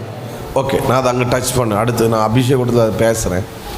அப்போது மற்றவர்கள் அங்கே இருக்கும்போது என்னை ராணியாய் இளவரசியாய் இந்த அரண்மனையில் உட்கார வச்சிருக்கிறான்னா இந்த காலத்தில் நான் சும்மா இருக்கக்கூடாது. இந்த காலத்தில் நான் ஏதாவது ஒன்று செய்ய வேண்டும். இப்போ தான் சிலருக்குள்ள கொஞ்சம் புரியுது. உள்ள யாரு சார்? நம்மளை இந்த கொரோனா காலத்தில் நம்மளை காட்டிலும் ஞானிகள் பலசாலிகள் செத்து போனாங்க. சிலர் மரணத்துக்கு வரைக்கும் போயிட்டு வந்த ஆட்களும் உண்டு. குவாரண்டைனில் உட்கார்ந்த ஆட்களும் உண்டு. என்ன சொல்ல, தனித்து இருந்த ஆட்கள் உண்டு. வாளியில் சாப்பாடை இறக்கி சாப்பிட்டது உண்டு. ரூமுக்குள்ளே அடைச்சி வச்சு அடியிலோட்டு உள்ள பிளேட்டில் சோறை தந்தது உண்டு. அப்படியெல்லாம் போயிட்டும் நம்ம சாகாமல் இன்னும் உயிரோடு இருக்கிற காரணம் செத்தவியெல்லாம் நம்மளை காட்டலாம் மோசமானவங்கன்றனால அல்ல. ஹலோ, இன்னும் கர்த்தர் நம்மளை உயிரோடு வச்சிருக்கிறான்னா, நான் இந்த காலத்தில் ஏதோ ஒன்று நான் செய்ய வேண்டியதாக இருக்கிறது, அதற்காகத்தான் கர்த்தர் என்ன உயிரோட வச்சிருக்கிறாரு. நான் அப்படிதான் சொல்ல முடியும். இளம் வயதினர் மரித்தார்கள், பணக்காரங்க மரித்தாங்க. நம்மளை காட்டிலும் என்ன சொல்ல, மாஸ்க் எல்லாம் போட்டு அது என்ன ரொம்ப கேர்ஃபுல்லாக இருந்தவங்க மரித்து போனார்கள். நம்ம எல்லாம் பெரிய அளவுக்கு பாதுகாப்பாக நம்மளை ரொம்ப பாதுகாத்தோமான்னு கேட்டால் தெரியாது. ஆனால் இன்னும் உயிரோடு இருக்கிறோன்னா, எனக்கு கொடுக்கப்பட்ட இந்த காலத்தில் நான் ஏதோ ஒன்று செய்ய வேண்டியதாக இருக்குது. அதனால தான் கர்த்தர் என்ன வச்சிருக்கிறார் உயிரோட. அதுலேயும் இன்னும் டீப்பாக சொன்னேன், நமக்கு கொஞ்ச காலம்தான் கொடுக்கப்பட்டிருக்கிறது. ஹலோ, சத்தமாக ஒரு அலையிலே சொல்லுங்கள் பார்க்கலாம். இன்னும் சத்தத்தை உயர்த்தி ஹல்லேலூயா. அப்போது இந்த ராஜமேமை ஏன் கிடச்சிருக்குன்னா, மற்றவர்கள் எஸ்தர் அழகாக இருந்தாலும் இல்லை, எஸ்தரை காட்டிலும் அழகான பெண்மணிகள் அங்கே இருக்கிறார்கள். ஆனால் ஏதோ ஒன்று ராணியாக்கினது காரணம் பைபிள் சொல்லுகிறது, அகாஸ்வேர் ராஜாவுக்கு எஸ்தருடைய கண்கள் என்ன கிடைத்தது? நீ அழகானதுனால ஒன்றும் பேக்ரவுண்டு கிடையாது. உன அப்பா யாரு இல்லை, அம்மா யாரும் இல்லை, நீ அநாத பெண்மணி. ஒரு ராஜா அநாத பெண்மணியை எப்படி கல்யாணம் பண்ணுவான்? அந்நிய தேசத்தால் எப்படி திருமணம் பண்ணுவான்? அதுவும் அடிமையாக கொண்டு வரப்பட்டால் எப்படி திருமணம் பண்ணுவான்? நீ ராணியாவுக்கு எந்த குவாலிட்டியும் கிடையாது. ஆனால் நீ இன்னைக்கு ராணியாக இருப்பதுக்கு காரணம் ஏதோ கர்த்தருடைய தயவு, ராஜாவோட தயவு உண்மையில் கிடைத்ததுனால தான் இன்னைக்கு நீ ராணியாக உட்கார்ந்துருக்கிறா. அங்கே நீ சொகுசாக இருக்கல்ல, உனக்கு கொடுக்கப்பட்ட இந்த கொஞ்ச காலத்தில் நீ ஏதோ ஒன்று செய்ய வேண்டியதாக இருக்கிறது. புரிஞ்சவங்க சத்தமாக ஆமே. கொஞ்சம் டஃப்பான மெசேஜ் தான், ஆனால் எத்தனை பேருக்கு இது கொஞ்சம் உள்ளே யாருதுன்னு தெரில. ஸ்தோத்திரம். கொஞ்சம் உள்ளே யாரிட்டுனா என்னால் தைரியம் வச்சு நம்மளால் சும்மா இருக்க முடியாது. ஸ்தோத்திரம். ஒரு ஆமேன்னு சொல்லுங்கள் பார்க்கலாம். எங்கிட்ட ஒருத்தன் கேட்டால், இந்த எஃப்ஜிஎங்காரர்களுக்கு மட்டும் வேற ஏன் நீங்கள் மட்டும் துள்ளிட்டு கிடக்குதியே? எல்லா போர்டையும் போல் நீங்களும் சும்மா இருந்துட்டு ஏதாவது சும்மா செஞ்சுட்டு போக வேண்டியதானே? நீங்கள் மட்டும் வட இந்தியாவை போறியாங்க, ஏன் துள்ளிட்டு கிடக்குதியே? நான் ஏன் துள்ளிட்டு கிடக்குறோன்னா, எங்களுக்கு பணம் இருக்கனால இல்லை, இது எங்களுக்கு தெரியுது. எங்களுக்கு முன்னாடி கொஞ்ச காலம்தான் இருக்குது, கொஞ்ச நாள் தான் இருக்குது. இந்த காலத்துக்குள்ள நம்ம ஏதாவது செஞ்சிடணும். ஒரு ஆமேன்னு சொல்லுங்க பார்க்கலாம். இப்போ ஒருவேளை அடுத்த வருஷமே நம்ம பொறுப்பு இன்னொருத்தர் கொடுக்கப்படலாம். அப்போ அதுக்குள்ள நமக்கு கொடுக்கப்பட்ட காலத்துக்குள்ள நம்ம ஏதாவது செய்யணும். சத்தமா ஆமே. அதனால நம்ம துடிச்சிட்டு இருக்கிறோம். ஏன் துடிக்கிறோம்? நமக்கு இந்த வெளிப்பாடு. பிரைஸ் எல்லாம் ஹல்லேலூயா சொல்லுங்க பார்க்கலாம். அங்கே போய் ஒவ்வொரு மக்கள் சொன்ன சாட்சியம், எடுத்த முயற்சியினால் மக்களிடத்தில் உண்டான ரிசல்ட்டையும் பார்க்கும்போது நம்ம ஏதோ சாதிச்சோன்ற ஒரு ஃபீலிங் இருக்குது. நம்மளும் சேர்மன்ற பேரை வச்சுக்கிட்டு சும்மா ஒரு கேம்பை மட்டும் நடத்திட்டு இருக்கலானோ. இப்போது ஒன்று தான் முடிச்சு, இப்போ அடுத்த வேலை ஸ்டார்ட் ஆகிட்டு இருக்கு. ஏன் அப்படின்னா, எனக்கு என்ன வெளிப்பாடுன்னா, நமக்கு கொஞ்ச காலம்தான் இருக்குது. நம்மளை இந்த பொறுப்பில் ஆண்டவர் வச்சிருக்காருன்னா ஏதோ ஒரு நோக்கம் உண்டு. நாம் எவ்வளோ நாள் இருக்க போகிறோன்னு தெரியாது. அந்த கொடுக்கப்பட்ட நாட்களில் நாம் சும்மா இருக்கக்கூடாது, ஏதாவது ஒன்று செய்து கொண்டே இருக்கணும். ஏன்னா நமக்கு நிறைய நாட்கள் கொடுக்கப்படலை. நம்மளை காட்டிலும் திறமைசாலிகள் நிறைய பேர் இருக்கும்போது நம்மளை கர்த்தர் இதில் வச்சிருக்கிறாருன்னா அவருக்கு நம்ம மேலே ஏதோ ஒரு நம்பிக்கை இருக்கிறது. சத்தமாக ஒரு ஆமேன்னு சொல்லுங்க பார்க்கலாம். ஸோ நம்ம தடிக்காரங்க, நம்ம ஃபுல் காஸ்பல் விசுவாசிகள் யாரும் சோம்பேறிகளாக இருக்கக்கூடாது. நம்ம யாரும் அமைதியாக இருக்கக்கூடாது சார். நம்ம மேலே அழைப்பு இருக்குது, நம்ம மேலே அபிஷேகம் இருக்குது, நம்ம மேலே வாக்குத்தத்தம் இருக்குது. எல்லாவற்றும் மேலே நம்ம கூட கர்த்தர் இருக்கிறார். நாம் இந்த தண்ணியில் உள்ள மீனை கரையில் போட்டு அந்த மீன் என்ன செய்யும்? துடிச்சிட்ருக்கோம். அதே போல தான் ஒவ்வொரு நாளும் நம்ம துடிச்சுக்கிட்டே இருக்கணும். ஏன் துடிக்குது? அது தெரியும், கொஞ்ச நேரத்தில் சாக போகுது. அதனால தான் அந்த மீன் துடிக்குது. தண்ணிக்குள்ளே இருந்தால் இந்த மாதிரி துடிக்காது. ஏன் கரையில் போட்டோன்னு துடிக்காது தெரியும். இனி எனக்கு நான் உயிரோடு இருக்கிறது கொஞ்ச காலம்தான், அதனால் அதால் முடிஞ்ச அளவுக்கு துடிக்குது. இதே போல் தான் நம்முடைய வாழ்க்கை. எனக்கு கொஞ்ச காலம்தான் கொடுக்கப்பட்டிருக்கு. நான் சும்மா இருக்கக்கூடாது. என்றைக்கு மரணம் சம்பவிக்கணும்னு எனக்கு தெரியாது. என்றைக்கு இயேசு வருவான்னு எனக்கு தெரியாது. என்றைக்கு நான் சிலதை செய்ய முடியும் தெரியாது. ஆனால் எனக்கு கொஞ்ச காலம் இருக்கிறனால, கொஞ்ச நேரம் தான் எனக்கு இருக்கிறனால நான் ஏதாவது ஒன்றை செய்து கொண்டே இருக்கணும், செய்யணும். கர்த்தர் அங்கீகரிப்பார். கர்த்தர் அதற்கேற்ற பிரதிபலன் நிச்சயமாய் தருவார். ஓகே, இவ்வளோ சொன்ன உடனே எஸ்தர் 2 காரியங்களை செய்தாள். அதை தான் நான் பிரசங்கம் பண்ணுறேன். ஒன்று, அவன் என்ன சொல்கிறான்னா, அவன் 16 மொர்தெகாய்ட்ட சொல், நீ போய் சூசானில் இருக்கிற யூதரெல்லாம் கூடி வர செய்து 3 நாட்கள் அல்லும் பகலும் புசியாமலும் குடியாமலும் இருந்து எனக்காக என்ன செய்யுங்கள், உபவாசம் பண்ணுங்கள். அடுத்து சொல்கிறா 2வது, நான் சட்டத்தை மீறி ராஜாவிடத்தில் என்ன செய்வேன், பிரவேசிப்பேன், நான் செத்தாலும் சாகிறேன். இங்கே 2 காரியங்களை எஸ்தர் சொல்லுகிறாள். ஒன்று, நான் எனக்காக நீங்கள் என்ன செய்யுங்கள், உபவாசம் பண்ணுங்கள். 2, நான் சட்டத்தை மீறி என்ன செய்வேன், பிரவேசிப்பேன். சத்தம் ஒரு அலையிலேயே சொல்லுங்கள். 1, நமக்கு கொடுக்கப்பட்ட காலத்தை அல்லது அவர்களுக்கு முன்பாக கொடுக்கப்பட்ட கொஞ்ச நாட்களை எப்படி பயன்படுத்தினார்கள். நம்பர் 1, உபவாசத்தில் பயன்படுத்தினார்கள். எல்லாரும் வலது கரத்தை உயர்த்தி சத்தம் அந்த வார்த்தையை சொல்லுங்கள். உபவாசத்தில் கொடுக்கப்பட்ட காலத்தை பயன்படுத்தினார்கள். எப்பவும் உபவாசம் இருக்க முடியாது. உபவாசம் இருக்க வேண்டிய காலத்தில் உபவாசம் இருந்தார்கள். அல்லேலூயா.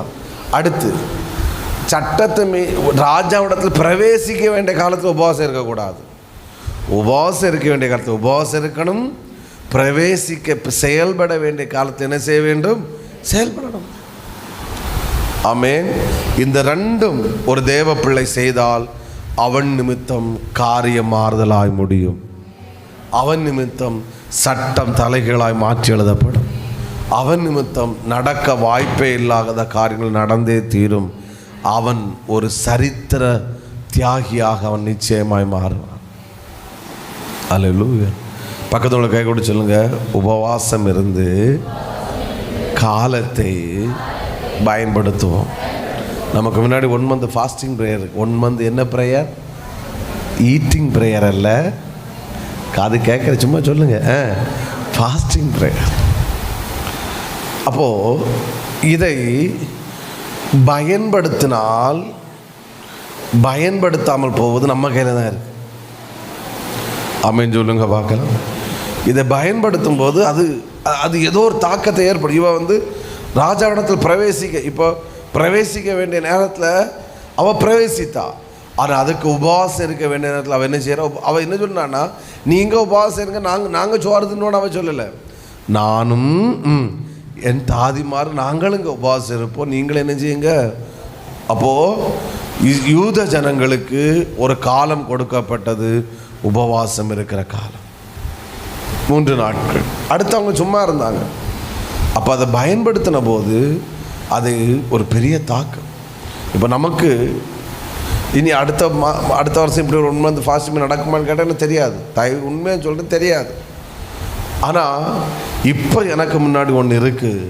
நான் இதை பயன்படுத்தினால் எஸ்தரின் புஸ்தகத்தில் நடந்த அற்புதங்களை, கிரியைகளை கர்த்தர் எங்களுடைய வாழ்க்கையிலும், எங்களுடைய தேசத்திலும், எங்களுடைய சபையிலும், எங்களுடைய தனிப்பட்ட வாழ்க்கையில் கர்த்தர் செய்ய போதுமானவராய் இருக்கிறார். ஓகே, இப்போ தான் பிரசங்கத்துக்குள்ள வாரேன். மணி 11:40. ஓகே, முதல் உபவாசம்னா என்னது, 2வது ஏன் உபவாசம் ஏன் தேவை, 3வது உபவாசத்தின் மேன்மைகள். அப்படின்னு சொல்லுங்கள். இந்த 3ஐயும் வேகமாக சொல்கிறேன். கர்த்தர் கிருபை செய்வார். எத்தனை பேர் சந்தோஷமாக இருக்கிறீங்க? சிரிச்சுக்கிட்டே ஒரு அலையிலேயே சொல்லுங்கள். ஏன்னா நான் போன சண்டேக்கு போகிறது இன்றைக்கி தான் நான் எல்லாரும் என்ன செய்கிறேன், நானும் சுற்றிட்டே திரிகிறேன். இந்த வாரம் கொஞ்சம் எக்ஸ்கியூஸ் தந்துடுங்க, அடுத்த 1 மாதம் உங்கள் கூட இருப்பேன். ஆமே, பிரைஸ் எல்லாம். அப்போது வெள்ளிக்கிழமை என்று இருப்பேன், வெள்ளி ஃபாஸ்டிங் ப்ரேயர் இருப்பேன், வெள்ளி விழிப்பு ஜபத்துக்கு இருப்பேன், அடுத்து ஃபுல்லாக இருப்பேன், கொஞ்சம் வெளியே சுற்ற வேண்டிய இருக்குது. சோத்திரம், ஒரு ஆமேன்னு சொல்லுவோம். ஆமேன், சோத்திரம். உபவாசம் என்ன ஒரே வார்த்தை சொன்னால், உபவாசம் என்பது ஒரு விதை. உபவாசம் என்பது ஒரு விதை. நான் ஒரு 7 வார்த்தை இதில் சொல்லணும், டைப் பண்ணி போட முடியுமா? சோத்திரம். உபவாசம் என்பது ஒரு விதை. நீங்கள் உபவாசம் இருக்குன்னா விதைக்கிறீங்க, ஏதோ விதைச்சிட்டீங்க, அதுக்கு அறுவடையை உங்களோட கண்கள் நிச்சயமாய் காணும். 3 நாள் விதைச்சாங்க யூத ஜனங்கள், அறுவடையை பார்த்தாங்களா? பேசுங்க. சூசா நகரம் ஆர்ப்பரித்து மகிழ்ந்தது. நம்பர் 2, உபவாசம் என்பது மறைமுகமான யுத்தம். என்னது? மறைமுகமாக. தேங்க்யூ. என்பது விதை. 2, உபவாசம் என்பது மறைமுகமான. வெளிய யுத்தம் உண்டு, மறைமுகமான யுத்தம். வெளி யுத்தத்தில் கொஞ்சம்தான் தெரியும், மறைமுகமான யுத்தத்தில் தான் அட்டாக் வரும். இவங்க 3 நாளும் வேலைக்கு போகல, மறைமுகமாக உபவாசம் பண்ணாங்கன்றதை காட்டிலும் மறைமுகமாக அவர்கள் என்ன செய்தார்கள்? யுத்தம் பண்ணினார்கள். இவர்கள் யுத்தம் பண்ணின போது 127 நாடுகளை கைக்குள் வைத்திருக்கிற அகாசிய ராஜாவால் நிற்க முடியவில்லை. இவர்கள் மறைமுகமாக யுத்தம் பண்ணின போது அவர்களுக்கு விரோதமாய் செயல்பட்ட ஆமானால் நிற்க முடியவில்லை. அவனுக்கு அதிகாரம் இருந்தது, அவன் ராஜாவுக்கு அடுத்த ஸ்தானத்தில் இருந்தான், ராஜாவும் அவனும் சேர்த்து குடித்ததெல்லாம் உண்மைதான். ஆனால் மறைமுகமாய் யுத்தம் பண்ணின போது அவர்கள் இந்த ஜனத்துக்கு முன்னாடி ஒருத்தரால் நிற்க முடியலை. அங்கே நான் இந்த உபவாசம் என்பது உபவாசத்தின் வகைகள் உண்டு. ஆமாம், அதை நான் சொல்லலை. இங்கே பண்ணின உபவாசம் ஒரு மனிதன் பண்ணின உபவாசம் அல்ல. எஸ்தர் அழகா சொல்ல, நான் உபவாசம் பண்ணுறேன் அப்படி சொல்லலை. முருதகட்ட நீ உபவாசம் பண்ணுன்னு சொல்ல. அவன் சொல்கிறான், நானும் என்னுடைய தாதிமாரும் உபவாசம் பண்ணோம். அங்கே நிப்பாட்டலை, நீ போ முருதக, நீ உங்கள் உபவாசம் பண்ணுங்க. 127 நாடுகள் இருக்குது, யூத ஜனங்கள் அறிவிப்பு கொடுங்க, உபவாசம். நம்ம 3 நாட்களாய் நாம் மறைமுகமாய் யுத்தம் பண்ணுவோம், கர்த்தர் வெளியரங்கமாய் பதில் தருவார். ஹல்லேலூயா. எத்தனை பேர் ஆமென்? இந்த செய்தி போன சண்டே நான் பேசணும், ஆனால் உபவாசத்தை பற்றி பேச செய்தியில்லை, காலத்தை பற்றி பேசணும். ஆனால் இந்த வாரத்தில் ஆண்டவர் இடையில நான் ஒரு பாஸ்டருக்கு மெசேஜ் திடீர்னு நான் கேட்க வேண்டியதாக இருந்துச்சு. அப்போது அவர் ஃபாஸ்டிங்கை பற்றி பேசினார், சில வேறு பேசினேன். அப்போ எனக்கு ஒரு நடத்தல் வந்து நானும் அப்போ இந்த ஜபர் நாட்களை ஃபாஸ்டிங் அன்று இருக்க வைப்பாராக, பயன்படுத்த கர்த்தர் கிருபை தருவாராக இந்த நாட்களை. அப்போ 3 நாட்கள் அவங்க செஞ்சபோது ஒரு மாற்றம் உண்டாச்சுன்னா சத்தமாக ஒரு ஆமென் சொல்லுங்க பார்க்கலாம். நான் சொல்கிறேன், ஒருவன் தேவை எவ்வளோ பெரியது என்பது ஒருவன் புரிந்து கொண்டால் அவனால் உபவாசம் இருக்க முடியும். நான் அங்கே வர்றேன் அடுத்து. அப்போது உபவாசம் என்பது விதை, உபவாசம் என்பது மறைமுகமான யுத்தம். ஒரு அலையிலே சொல்லுங்க. 3, உபவாசம் என்பது நமக்கு கொடுக்கப்பட்ட நாட்களை நாம் பயன்படுத்தி கொள்வது. நமக்கு கொடுக்கப்பட்ட நாட்கள் என்ன செய்து கொள்வது? இஸ்ரவேல் யூத ஜனங்களுக்கு கொஞ்ச நாள் தான் கொடுக்கப்பட்டிருக்கு. ஏன்னா சட்டம் ஏற்றப்பட்டாச்சு. இத்தனாவது மாதம் இத்தனாம் தேதியில 127 நாடுகள் இருக்கிற யூத ஜனங்கள் என்ன செய்யப்பட வேண்டும்? கொலை செய்யப்பட வேண்டும். சட்டம் ஏற்றப்பட்டாச்சு. அப்போ இன்னும் கொஞ்ச நாள் தான் இருக்குது. அப்போ என்ன செய்வோம்? கொடுக்கப்பட்ட அந்த கொஞ்ச நாளிலே நாம் உபவாசம் இருப்போம், நமக்கு கொடுத்த நாட்களை நாம் பயன்படுத்தி கொள்வோம். ஏன்னா இனி எவ்வளோ நாள் உயிரோடு இருப்போம்னு தெரியாது. சட்டம் அந்த நாள் வந்தால் நம்ம எல்லாரும் கொலை செய்யப்படுவோம். இது சாதாரணமான விஷயம். ஏன்னா இதுக்கு முன்னாடி வேதத்தில் நடந்திருக்கு. மோசே நான் டச் பண்ணேன். மோசே நாட்களில் 2 வயதுக்குட்பட்ட ஆண் குழந்தைகள் கொல்லப்பட்டார்கள். இயேசுவின் நாட்களிலே பிறந்த 2 வயதுக்குட்பட்ட ஆண் குழந்தைகள் கொல்லப்பட்டார்கள். அதனால ஜனங்கள் கொல்லப்படுவது அது வந்து அன்றைக்குள்ள காலத்தின்படி அது சாதாரணமான விஷயம்தான். இப்போ முழு யூத ஜனங்களும் கொல்லப்பட இருக்கிறார்கள். நமக்கு கொஞ்ச நாள் தான் கொடுக்கப்பட்டிருக்கு. அந்த நாட்கள் நாம் வேஸ்ட் ஆகக்கூடாது. நம்ம உபவாசம் இருப்போம்.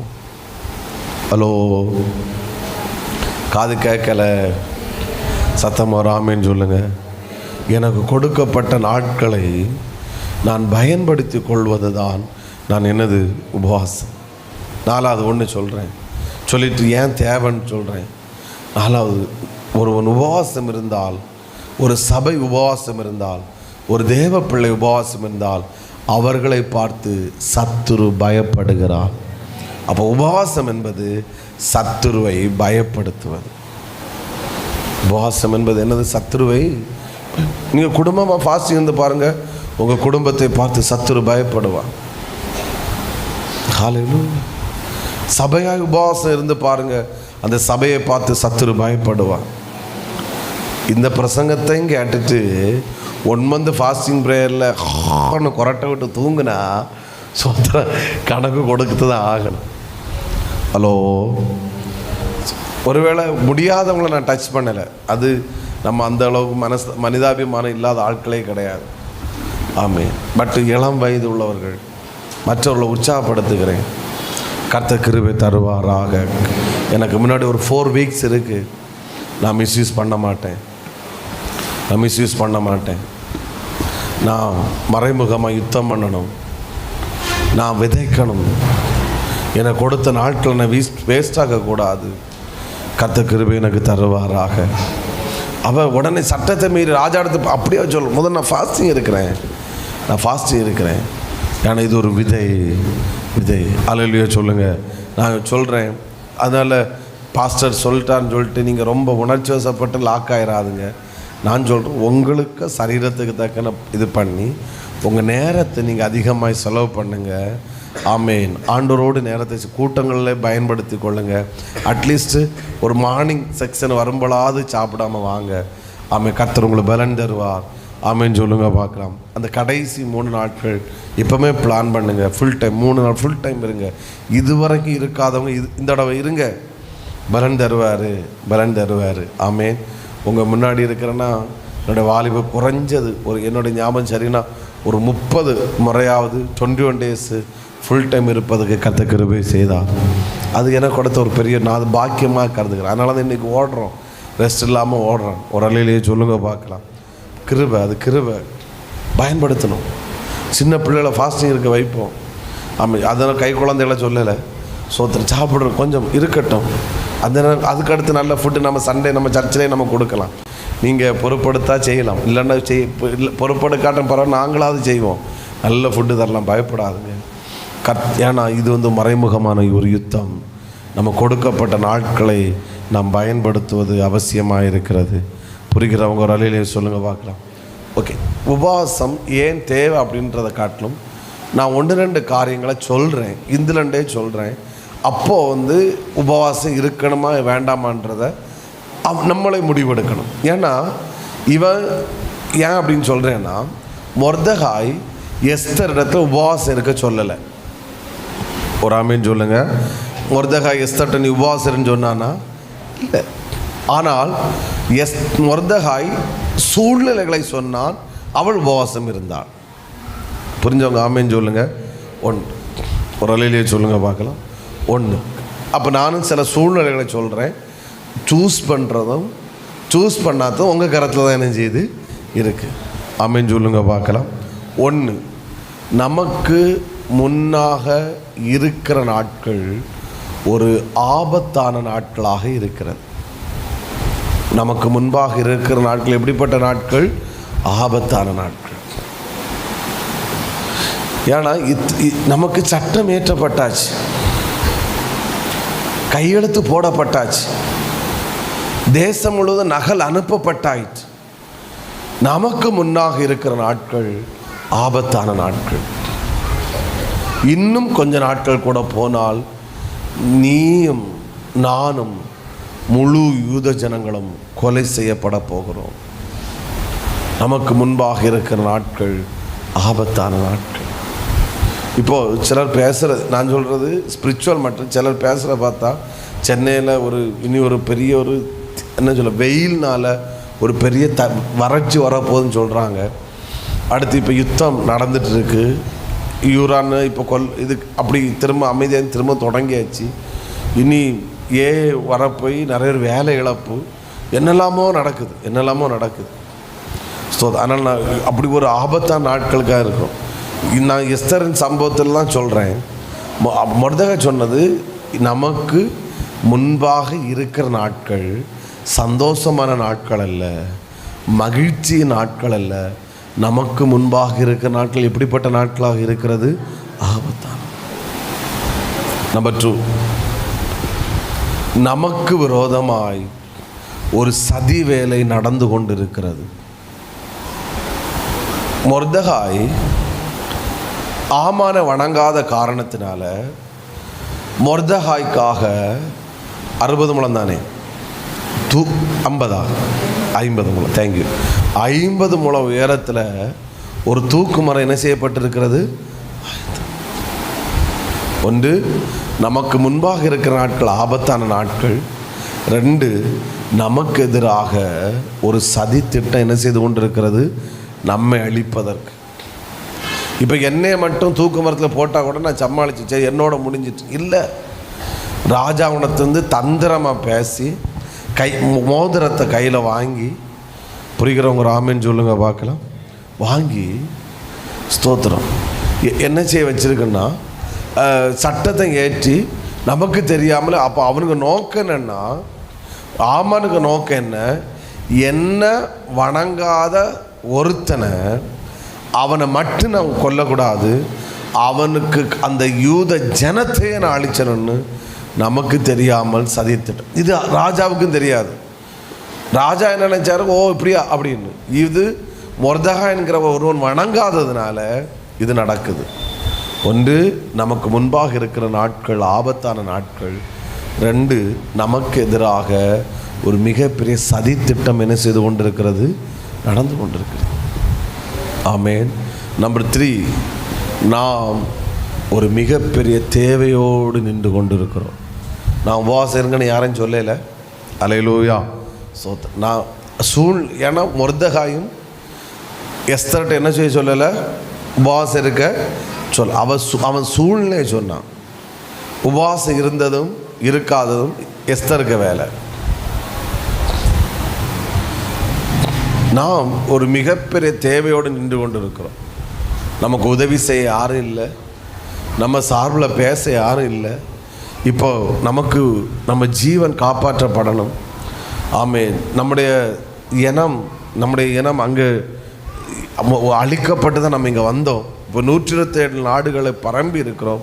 நாம் ஒரு மிகப்பெரிய தேவையோடு இருக்கிறோம். ஆமேன். எனவே நீ சும்மா இருக்கக்கூடாது. ஒரு அல்லேலூயா சொல்லுங்க பார்க்கலாம். சத்தத்தை உயர்த்தி ஹல்லேலூயா. நாம் ஒரு மிகப்பெரிய தேவையோடு, இந்தியா ஒரு மிகப்பெரிய தேவை இருக்கு. நாம் ஒரு மிகப்பெரிய தேவையோடு நின்று கொண்டு இருக்கிறோம். புரிகிறவங்க ஒரு அல்லேலூயா சொல்லுங்க பார்க்கலாம். நமக்கு முன்பாக இருக்கிற நாட்கள் ஆபத்தான நாட்கள், நமக்கு எதிராக சதித்திட்டம் நடந்து கொண்டிருக்கிறது. நாம் ஒரு மிகப்பெரிய தேவையோடு என்ன செய்து கொண்டிருக்கிறோம்? நின்று கொண்டிருக்கிறோம். புரிகிறவங்க சத்தமாக ஒரு அல்லேலூயா சொல்லுங்க பார்க்கலாம். நம்பர் 4, நமக்கென்று உதவி செய்ய நம் சார்பில் பரிந்து பேச யாரும் இல்லை. யூத ஜனங்களுக்காக உதவி செய்ய யாரும் இல்லை. யூத ஜனங்களுக்காக பரிந்து பேச யாரும் இல்லை. சோத்திரம். நீ இந்த காலத்தில் எப்படி நீ அமைதியாக இருக்க முடியும்? நீ இருக்கிறது அரண்மனையில் தான். உன்னால் எப்படி அமைதியாக இருக்க முடியும்? புரிகிறவங்க ஒரு அலையிலே சொல்லுங்க பார்க்கலாம். போன சண்டே ஆண்டு நமக்கு தந்த வாக்கு தத்தம், நான் உங்களை. அப்போ நம்ம உதவியற்றவர்கள். நமக்கென்று உதவி செய்ய, நமக்கென்று செயல்பட யாரும் இல்லை. நீ மட்டும் நீ அரண்மனை எப்படி சும்மா இருக்கலாம்? திரும்பவும் சொல்கிறேன், மொர்தெகாய் எஸ்தரிடத்தில் உபவாசம் இருக்க சொல்லவில்லை. அவன் செயல்பட தான் சொன்னான். ஆனால் சூழ்நிலை அறிந்த எஸ்தர் மொர்தெகாய்க்கு ரிப்ளை கொடுக்குறா, நான் ஃபாஸ்டிங் இருக்கிறேன். ஒரு அல்லேலூயா சொல்லுங்க பார்க்கலாம். நமக்கென்று உதவி செய்ய யாரும் இல்லை. கடைசியாக இந்த பாயிண்டில் ஒன்று அவன் சொன்ன இன்னொரு சூழ்நிலை, பிரைஸ் தி லார்ட். நம் ஜனம் சந்தோஷத்தை சமாதானத்தை இழந்து வாழ்ந்து கொண்டிருக்கிறது. நம்முடைய ஜனம் எப்படி, நீ அரண்மனையில் நல்லா இருக்கலாம், ஆனால் நம்முடைய ஜனம் எதை இழந்து வாழ்ந்து கொண்டிருக்கிறது?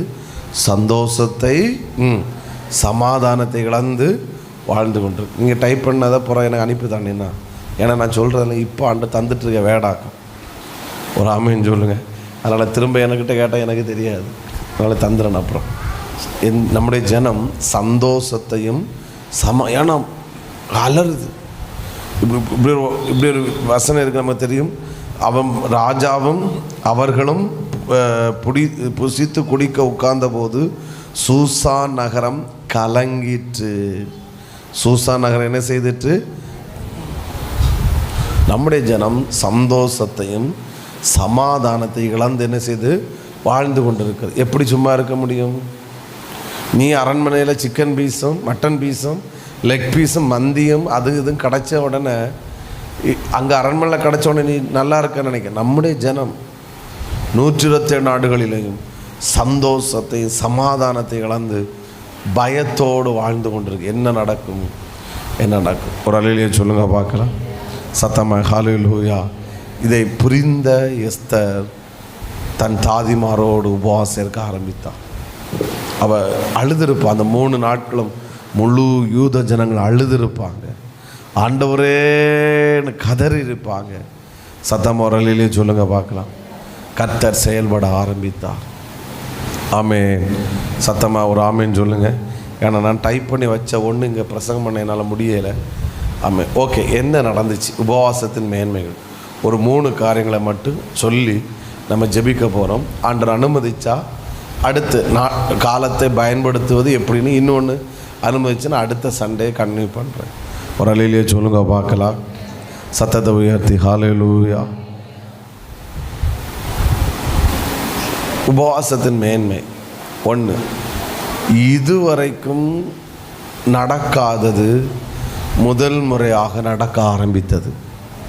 இது தீர்க்க தரிசனமான வார்த்தை. இந்த 3 பாயிண்ட் எழுதிக்கோங்க. உங்களுடைய நீங்கள் ஃபாஸ்டிங் இருந்தீங்கன்னா நான் சொன்னதை இந்த 3 பாயிண்ட்டு உங்கள் வாழ்க்கையில் கர்த்தர் கண்டிப்பாக நடப்பிப்பா. எங்களோட விசுவாசிக்கிறவங்க சத்தமாயாமே. எது இதுவரைக்கும் என்ன நடந்துச்சு? ராஜா ஒரு கட்டளை இட்டா அது அப்படியே நடந்திருக்கும். ஆனால் இந்த உபவாசம் செய்த போது என்ன செஞ்சிச்சுன்னா, இதுவரைக்கும் ராஜா போட்ட கையெழுத்து சட்டம் மாற்றி எழுதப்பட்டதாய் சரித்திரமே இல்லை. ஆனால் ஒரு ஜனக்கூட்டத்தோட உபவாசம் இதுவரைக்கும் நடக்காததை மாற்றி எழுதி மீண்டும் நடப்பித்து காட்டினார். அந்த தொந்த வேடு இதுவரைக்கும் நடக்காதது புதுசாக நடக்க ஆரம்பித்தது. நான் விசுவாசிக்கிறேன் கர்த்தர் இந்த உபவாச நாட்கள் செய்வாராக. இந்த ஜப நாட்கள் கர்த்தர் ஒவ்வொரு குடும்பத்திலையும் இதுவரைக்கும் நடக்காததை கர்த்தர் நமக்கு கொடுத்த இந்த வருஷம் கொடுத்த வாக்கு தத்தத்தின்படி இதோ நான் புதிய காரியத்தை செய்கிறேன் என்று சொன்னதை கர்த்தர் செய்வார். ஒவ்வொரு குடும்பத்திலும் கர்த்தர் செய்வாராக. பக்கத்தில் உள்ள கை கொடுத்து சொல்லுங்க, பக்கத்தில் கை, இதுவரைக்கும் நடக்காததை புதிதாய் கர்த்தர் செய்வார். என்ன எப்படி நடக்கும்? தேவ பிள்ளையோட உபவாசம். அங்கே உபவாசம் இருந்தாங்க, பார்க்குறாங்க என்ன நடந்துச்சு. ஒரு அலையிலேயே சொல்லுங்க பார்க்கலாம். 2, தனக்கு நடக்க வேண்டியது சத்துருவுக்கு நடந்தது. இதெல்லாம் நான் என் டேபில் பாருங்கள், நான் பேசுகிறேன், ஒன்றுமே டேபில் இல்லை. சோத்திரம். தனக்கு நடக்க வேண்டியது யாருக்கு நடந்துச்சு? தூக்கு மரத்தில் தொங்க வேண்டியது யார் தொங்கணும்? மொர்தெகாய் என்ன செய்யணும்? தொங்கணும். சரி, இன்னும் புரியும்படியே பச்சை பிள்ளைகளுக்கு சொன்ன மாதிரி சொல்கிறேன். தூக்கு மரம் யாருக்கு ஆயத்தமாக்கப்பட்டது? சோத்திரம். அதுக்காக நன்றி. தூக்கு மரம் மொர்தெகாய்க்காய் ஆயத்தமாக்கப்பட்டது. மொர்தெகாய்க்கு ஆயத்தமாக்கப்பட்ட தூக்கு மரத்தில் யார் தொங்குனா? அதான் தனக்கு நடக்க வேண்டியது யாருக்கு நடந்துச்சு? சத்துரு. இவன் உபவாசம் இருக்காமல் இருந்தால் இவனுக்கு நடந்திருக்கும். யாருக்கு? அவனை சொல்லுவோம், நம்மளை தப்பி விடுவான், அவனை காட்டி விடுப்பான். மொர்தெகாய்க்கு என்ன செஞ்சுருக்கும்? இப்போ இவனுக்கு நடக்கலை. இப்போது மொர்தெகாய் தூக்கு மரத்தில் தொங்கும்போது, ஆமான் தூக்கு மரத்தில் தொங்கும்போது மொர்தெகாய் பார்த்துருப்பான்.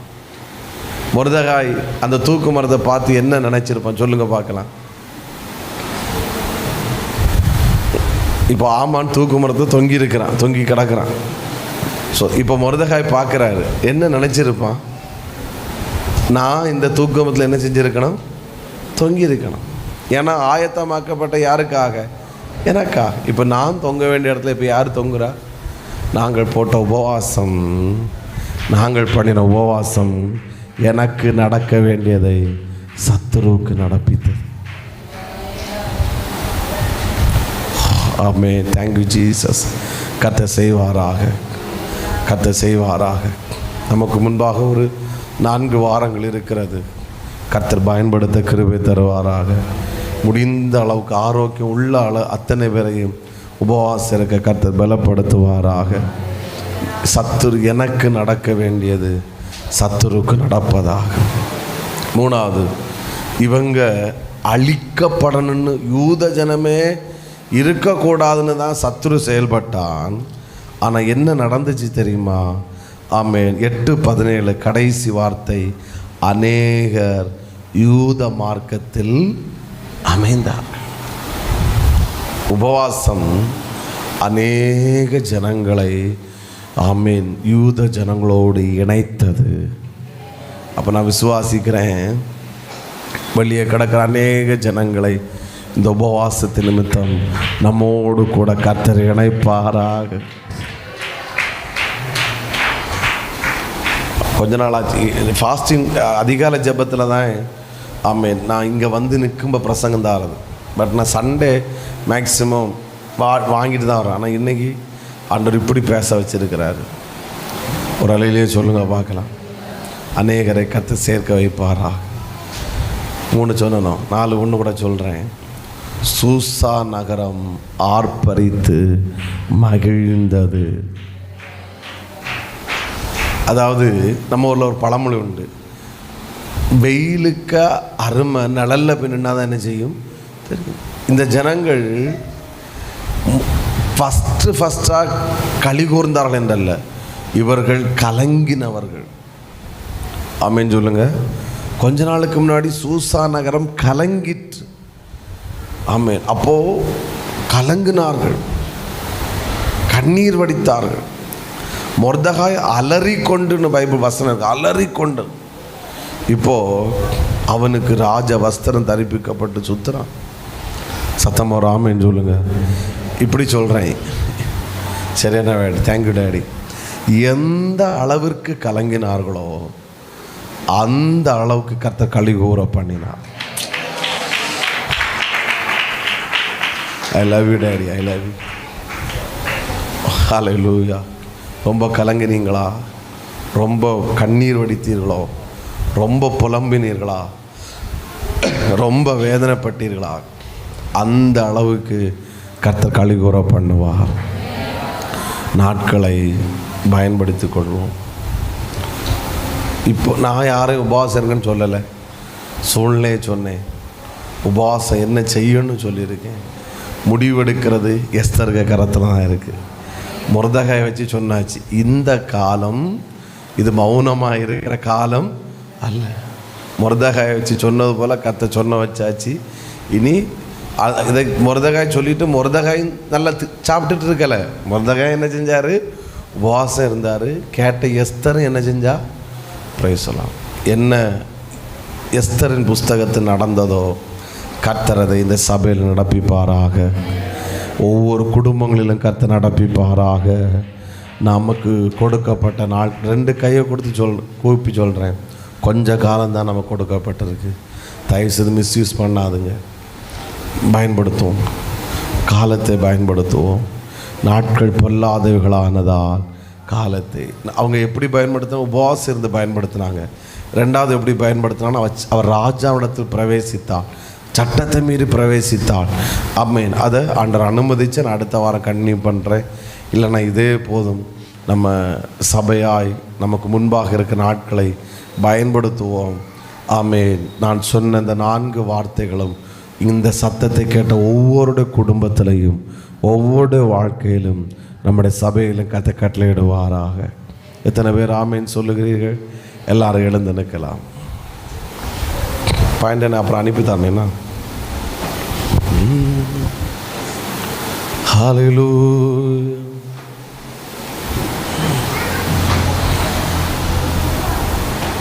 ஹல்லேலூயா, ஹல்லேலூயா. ஆண்டவரே, ஒரு வார்த்தை ஜெபம் பண்ணுங்க.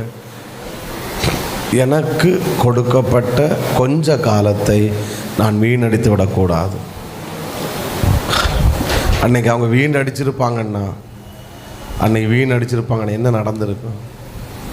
பயன்படுத்தினாங்க. நான் ஒரு 3 நிமிஷத்தில் முடிப்பேன், 3 நிமிஷத்தில் முடிக்கிறேன். தயவு செய்து யாரும் அப்படி சும்மா அற்பமாக விட்டுறாது. ஆண்டவர், இந்த ஒரு வேலைன்னு சொல்லி ஜோம். ஆண்டவர், எனக்கு கொடுக்கப்பட்ட நாட்களை நான் பயன்படுத்தி கொள்ளணும். மிஸ்யூஸ் பண்ணாதுங்க. நான் என்னையும் சேர்த்து சொல்கிறேன்.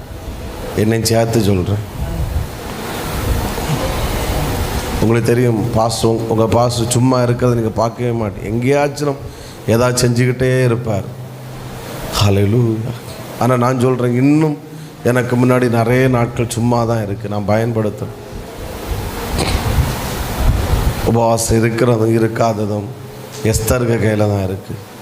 ஆனால் இது எந்த காலம் என்பதை மொர்தெகாயை கொண்டு கர்த்தர் எஸ்தரிடத்தில் உணர்த்தினார்.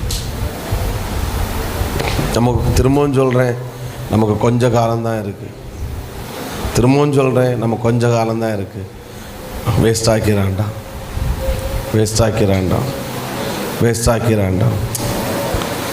ஆக்காதுங்க. கொஞ்ச காலம்தான் நமக்கு முன்னாடி இருக்கு.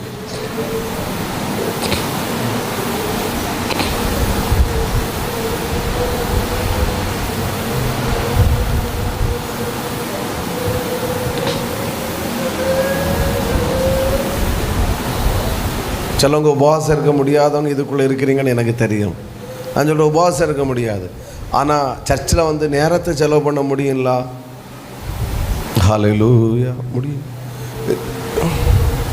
காலையில் வர முடியாதவங்க சாயங்காலம் கூட்டங்களை மிஸ் பண்ணாதுங்க.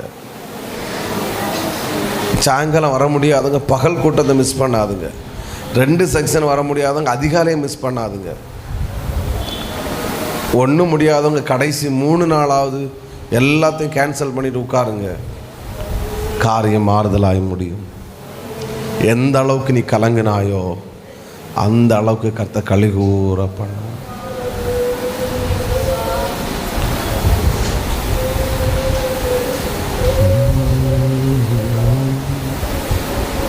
எனக்கு முன்னாடி கொஞ்சம் நாள் இருக்குப்பா, நான் அதை வேஸ்ட் ஆக்கிடக்கூடாதுப்பா.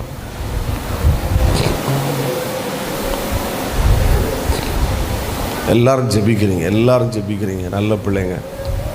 ஏன்னா நான் மெசேஜை தொடங்கும் போது ரொம்ப டஃப்பாக இருந்துச்சு. நான் டஃப்பாக தான் அப்படியே மூவ் பண்ணேன். ஆனால் ஆவியானவர் பேச ஆரம்பித்தார், இடைப்பட ஆரம்பித்தார். என்னுடைய விசுவாசம் என்னென்னா, இந்த பிரசங்கத்தை கேட்ட அத்தனை பேர் ஒருவர் கூட உபவாசம் இருக்காமல் இருக்கவே மாட்டீங்க. நான் விசுவாசிக்கிறேன். ஏதோ ஒரு விதத்தில் பயன்படுத்துங்க. எந்த அளவுக்கு கலங்கினாயோ அந்த அளவுக்கு கலிகூற பண்ணோம்.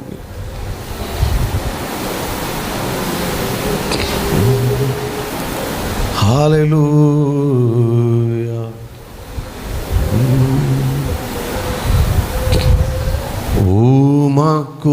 உமக்குகந்த தூய பலியா இந்த உடலை ஒப்பு கொடுத்தே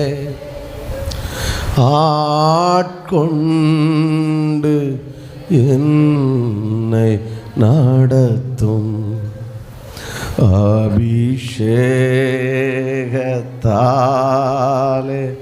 நீரா ஆட்கொண்டு என்னை நடத்தும் அபிஷேக நீரப்பும்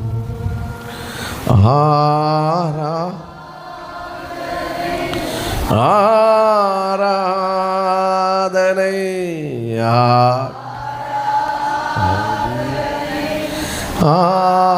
ஆராதனை ஆராதனை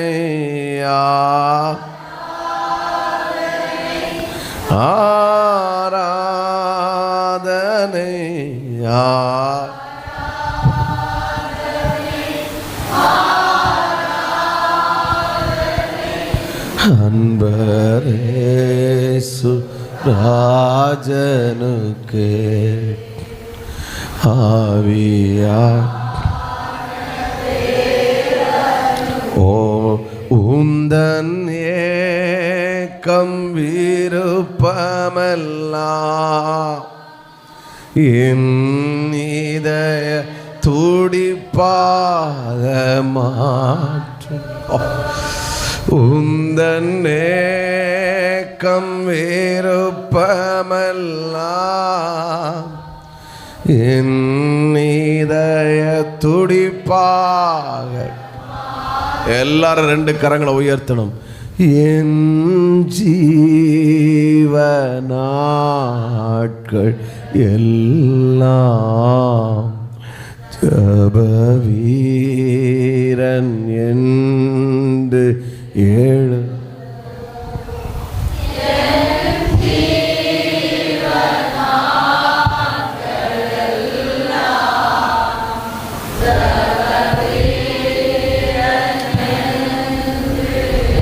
ஒரு முறை கூட என் ஜீவநாட்கள் என் ஜீவநாட்கள் எல்லாம்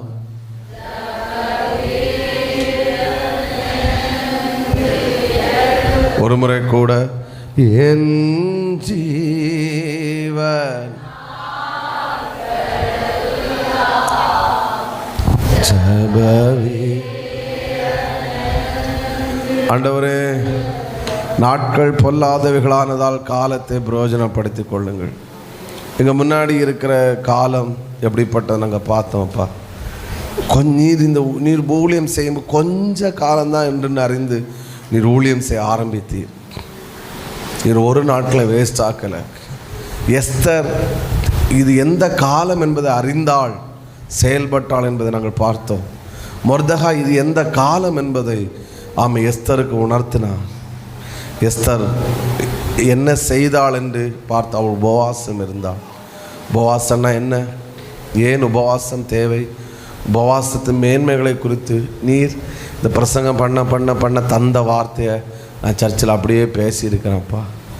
எங்கள் முன்னாடி ஒரு 4 வீக் இருக்கு டாடி, இதை பயன்படுத்திக்கொள்ள எங்களுக்கு கிருபை தந்துருங்கப்பா. நாங்கள் சின்ன சர்ச்சப்பா, எங்கள் பிள்ளைகள் ஏழை பிள்ளைகளப்பா. ஆனால் நாங்கள் ஆராதிக்கிறவர் எவ்வளோ பெரியவர் என்பது எங்களுக்கு தெரியும் ஆண்டவர். ஆகஸ்ட் 16 நமக்கு சித்தமானால் அந்த ஆகஸ்ட் 16க்கு நாங்கள் வரும்போது நாங்கள் இன்னொரு லெவலில் கர்த்தர்களை உட்கார வைப்பீராக. எங்களுக்கு தைரியமாக சொல்ல முடியும், இந்த பிரசங்கம் இது நான் பண்ணினதல்ல ஆண்டவரை. நான் டைப் பண்ணி கொண்டு வந்தது கூட நீர் பேச விடலப்பா. நீர் இங்கே டைரெக்டாக ஒரு வார்த்தையும் பேச வைத்தீர். எந்த அளவுக்கு இந்த ஜனங்கள் கலங்கினார்களோ அந்த அளவுக்கு கர்த்தர் கலிகூற பண்ணும்.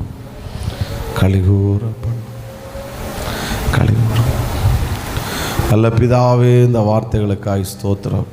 தொடர்ந்து கிரியை செய்யும் எல்லா பிள்ளைகளையும் நான் மனதார வாழ்த்துகிறேன், நான் ஆசீர்வதிக்கிறேன். நம்முடைய வார்த்தை தொடர்ந்து எங்கள் மத்தியில் கிரியை செய்யட்டும். இந்த வாரம் அதிகாலை ஜெபங்களில் நாங்கள் ஜெபிக்க கிருபை தாரும் ஆண்டவர். அடியான் இந்த செவ்வாய் புதனில் வெளியூர் போகின்றிருக்க கத்தை பாதுகாத்து கொள்ளும். வெள்ளிக்கிழமையில் 2 வெள்ளி ஃபாஸ்டிங் பிரேயர், வெள்ளி விழிப்பு ஜெபத்தை ஆசீர்வாதமாக்கி தாரும். அடுத்த 9 ஃபாஸ்டிங் பிரேயர் மகிமையாக்கி தாரும். பெரிய காரியங்களை செய்யும். எல்லா துதிகளும் நமக்கே செலுத்துகிறோம். எல்லாரையும் நாங்கள் ஆசீர்வதிக்கிறோம் இயேசுவின் நாமத்தில் பிதாவே. என் ஆத்துமாவே கர்த்தரை ஸ்தோத்திரி, என் முழமே பரிசுத்த நாமத்தை என்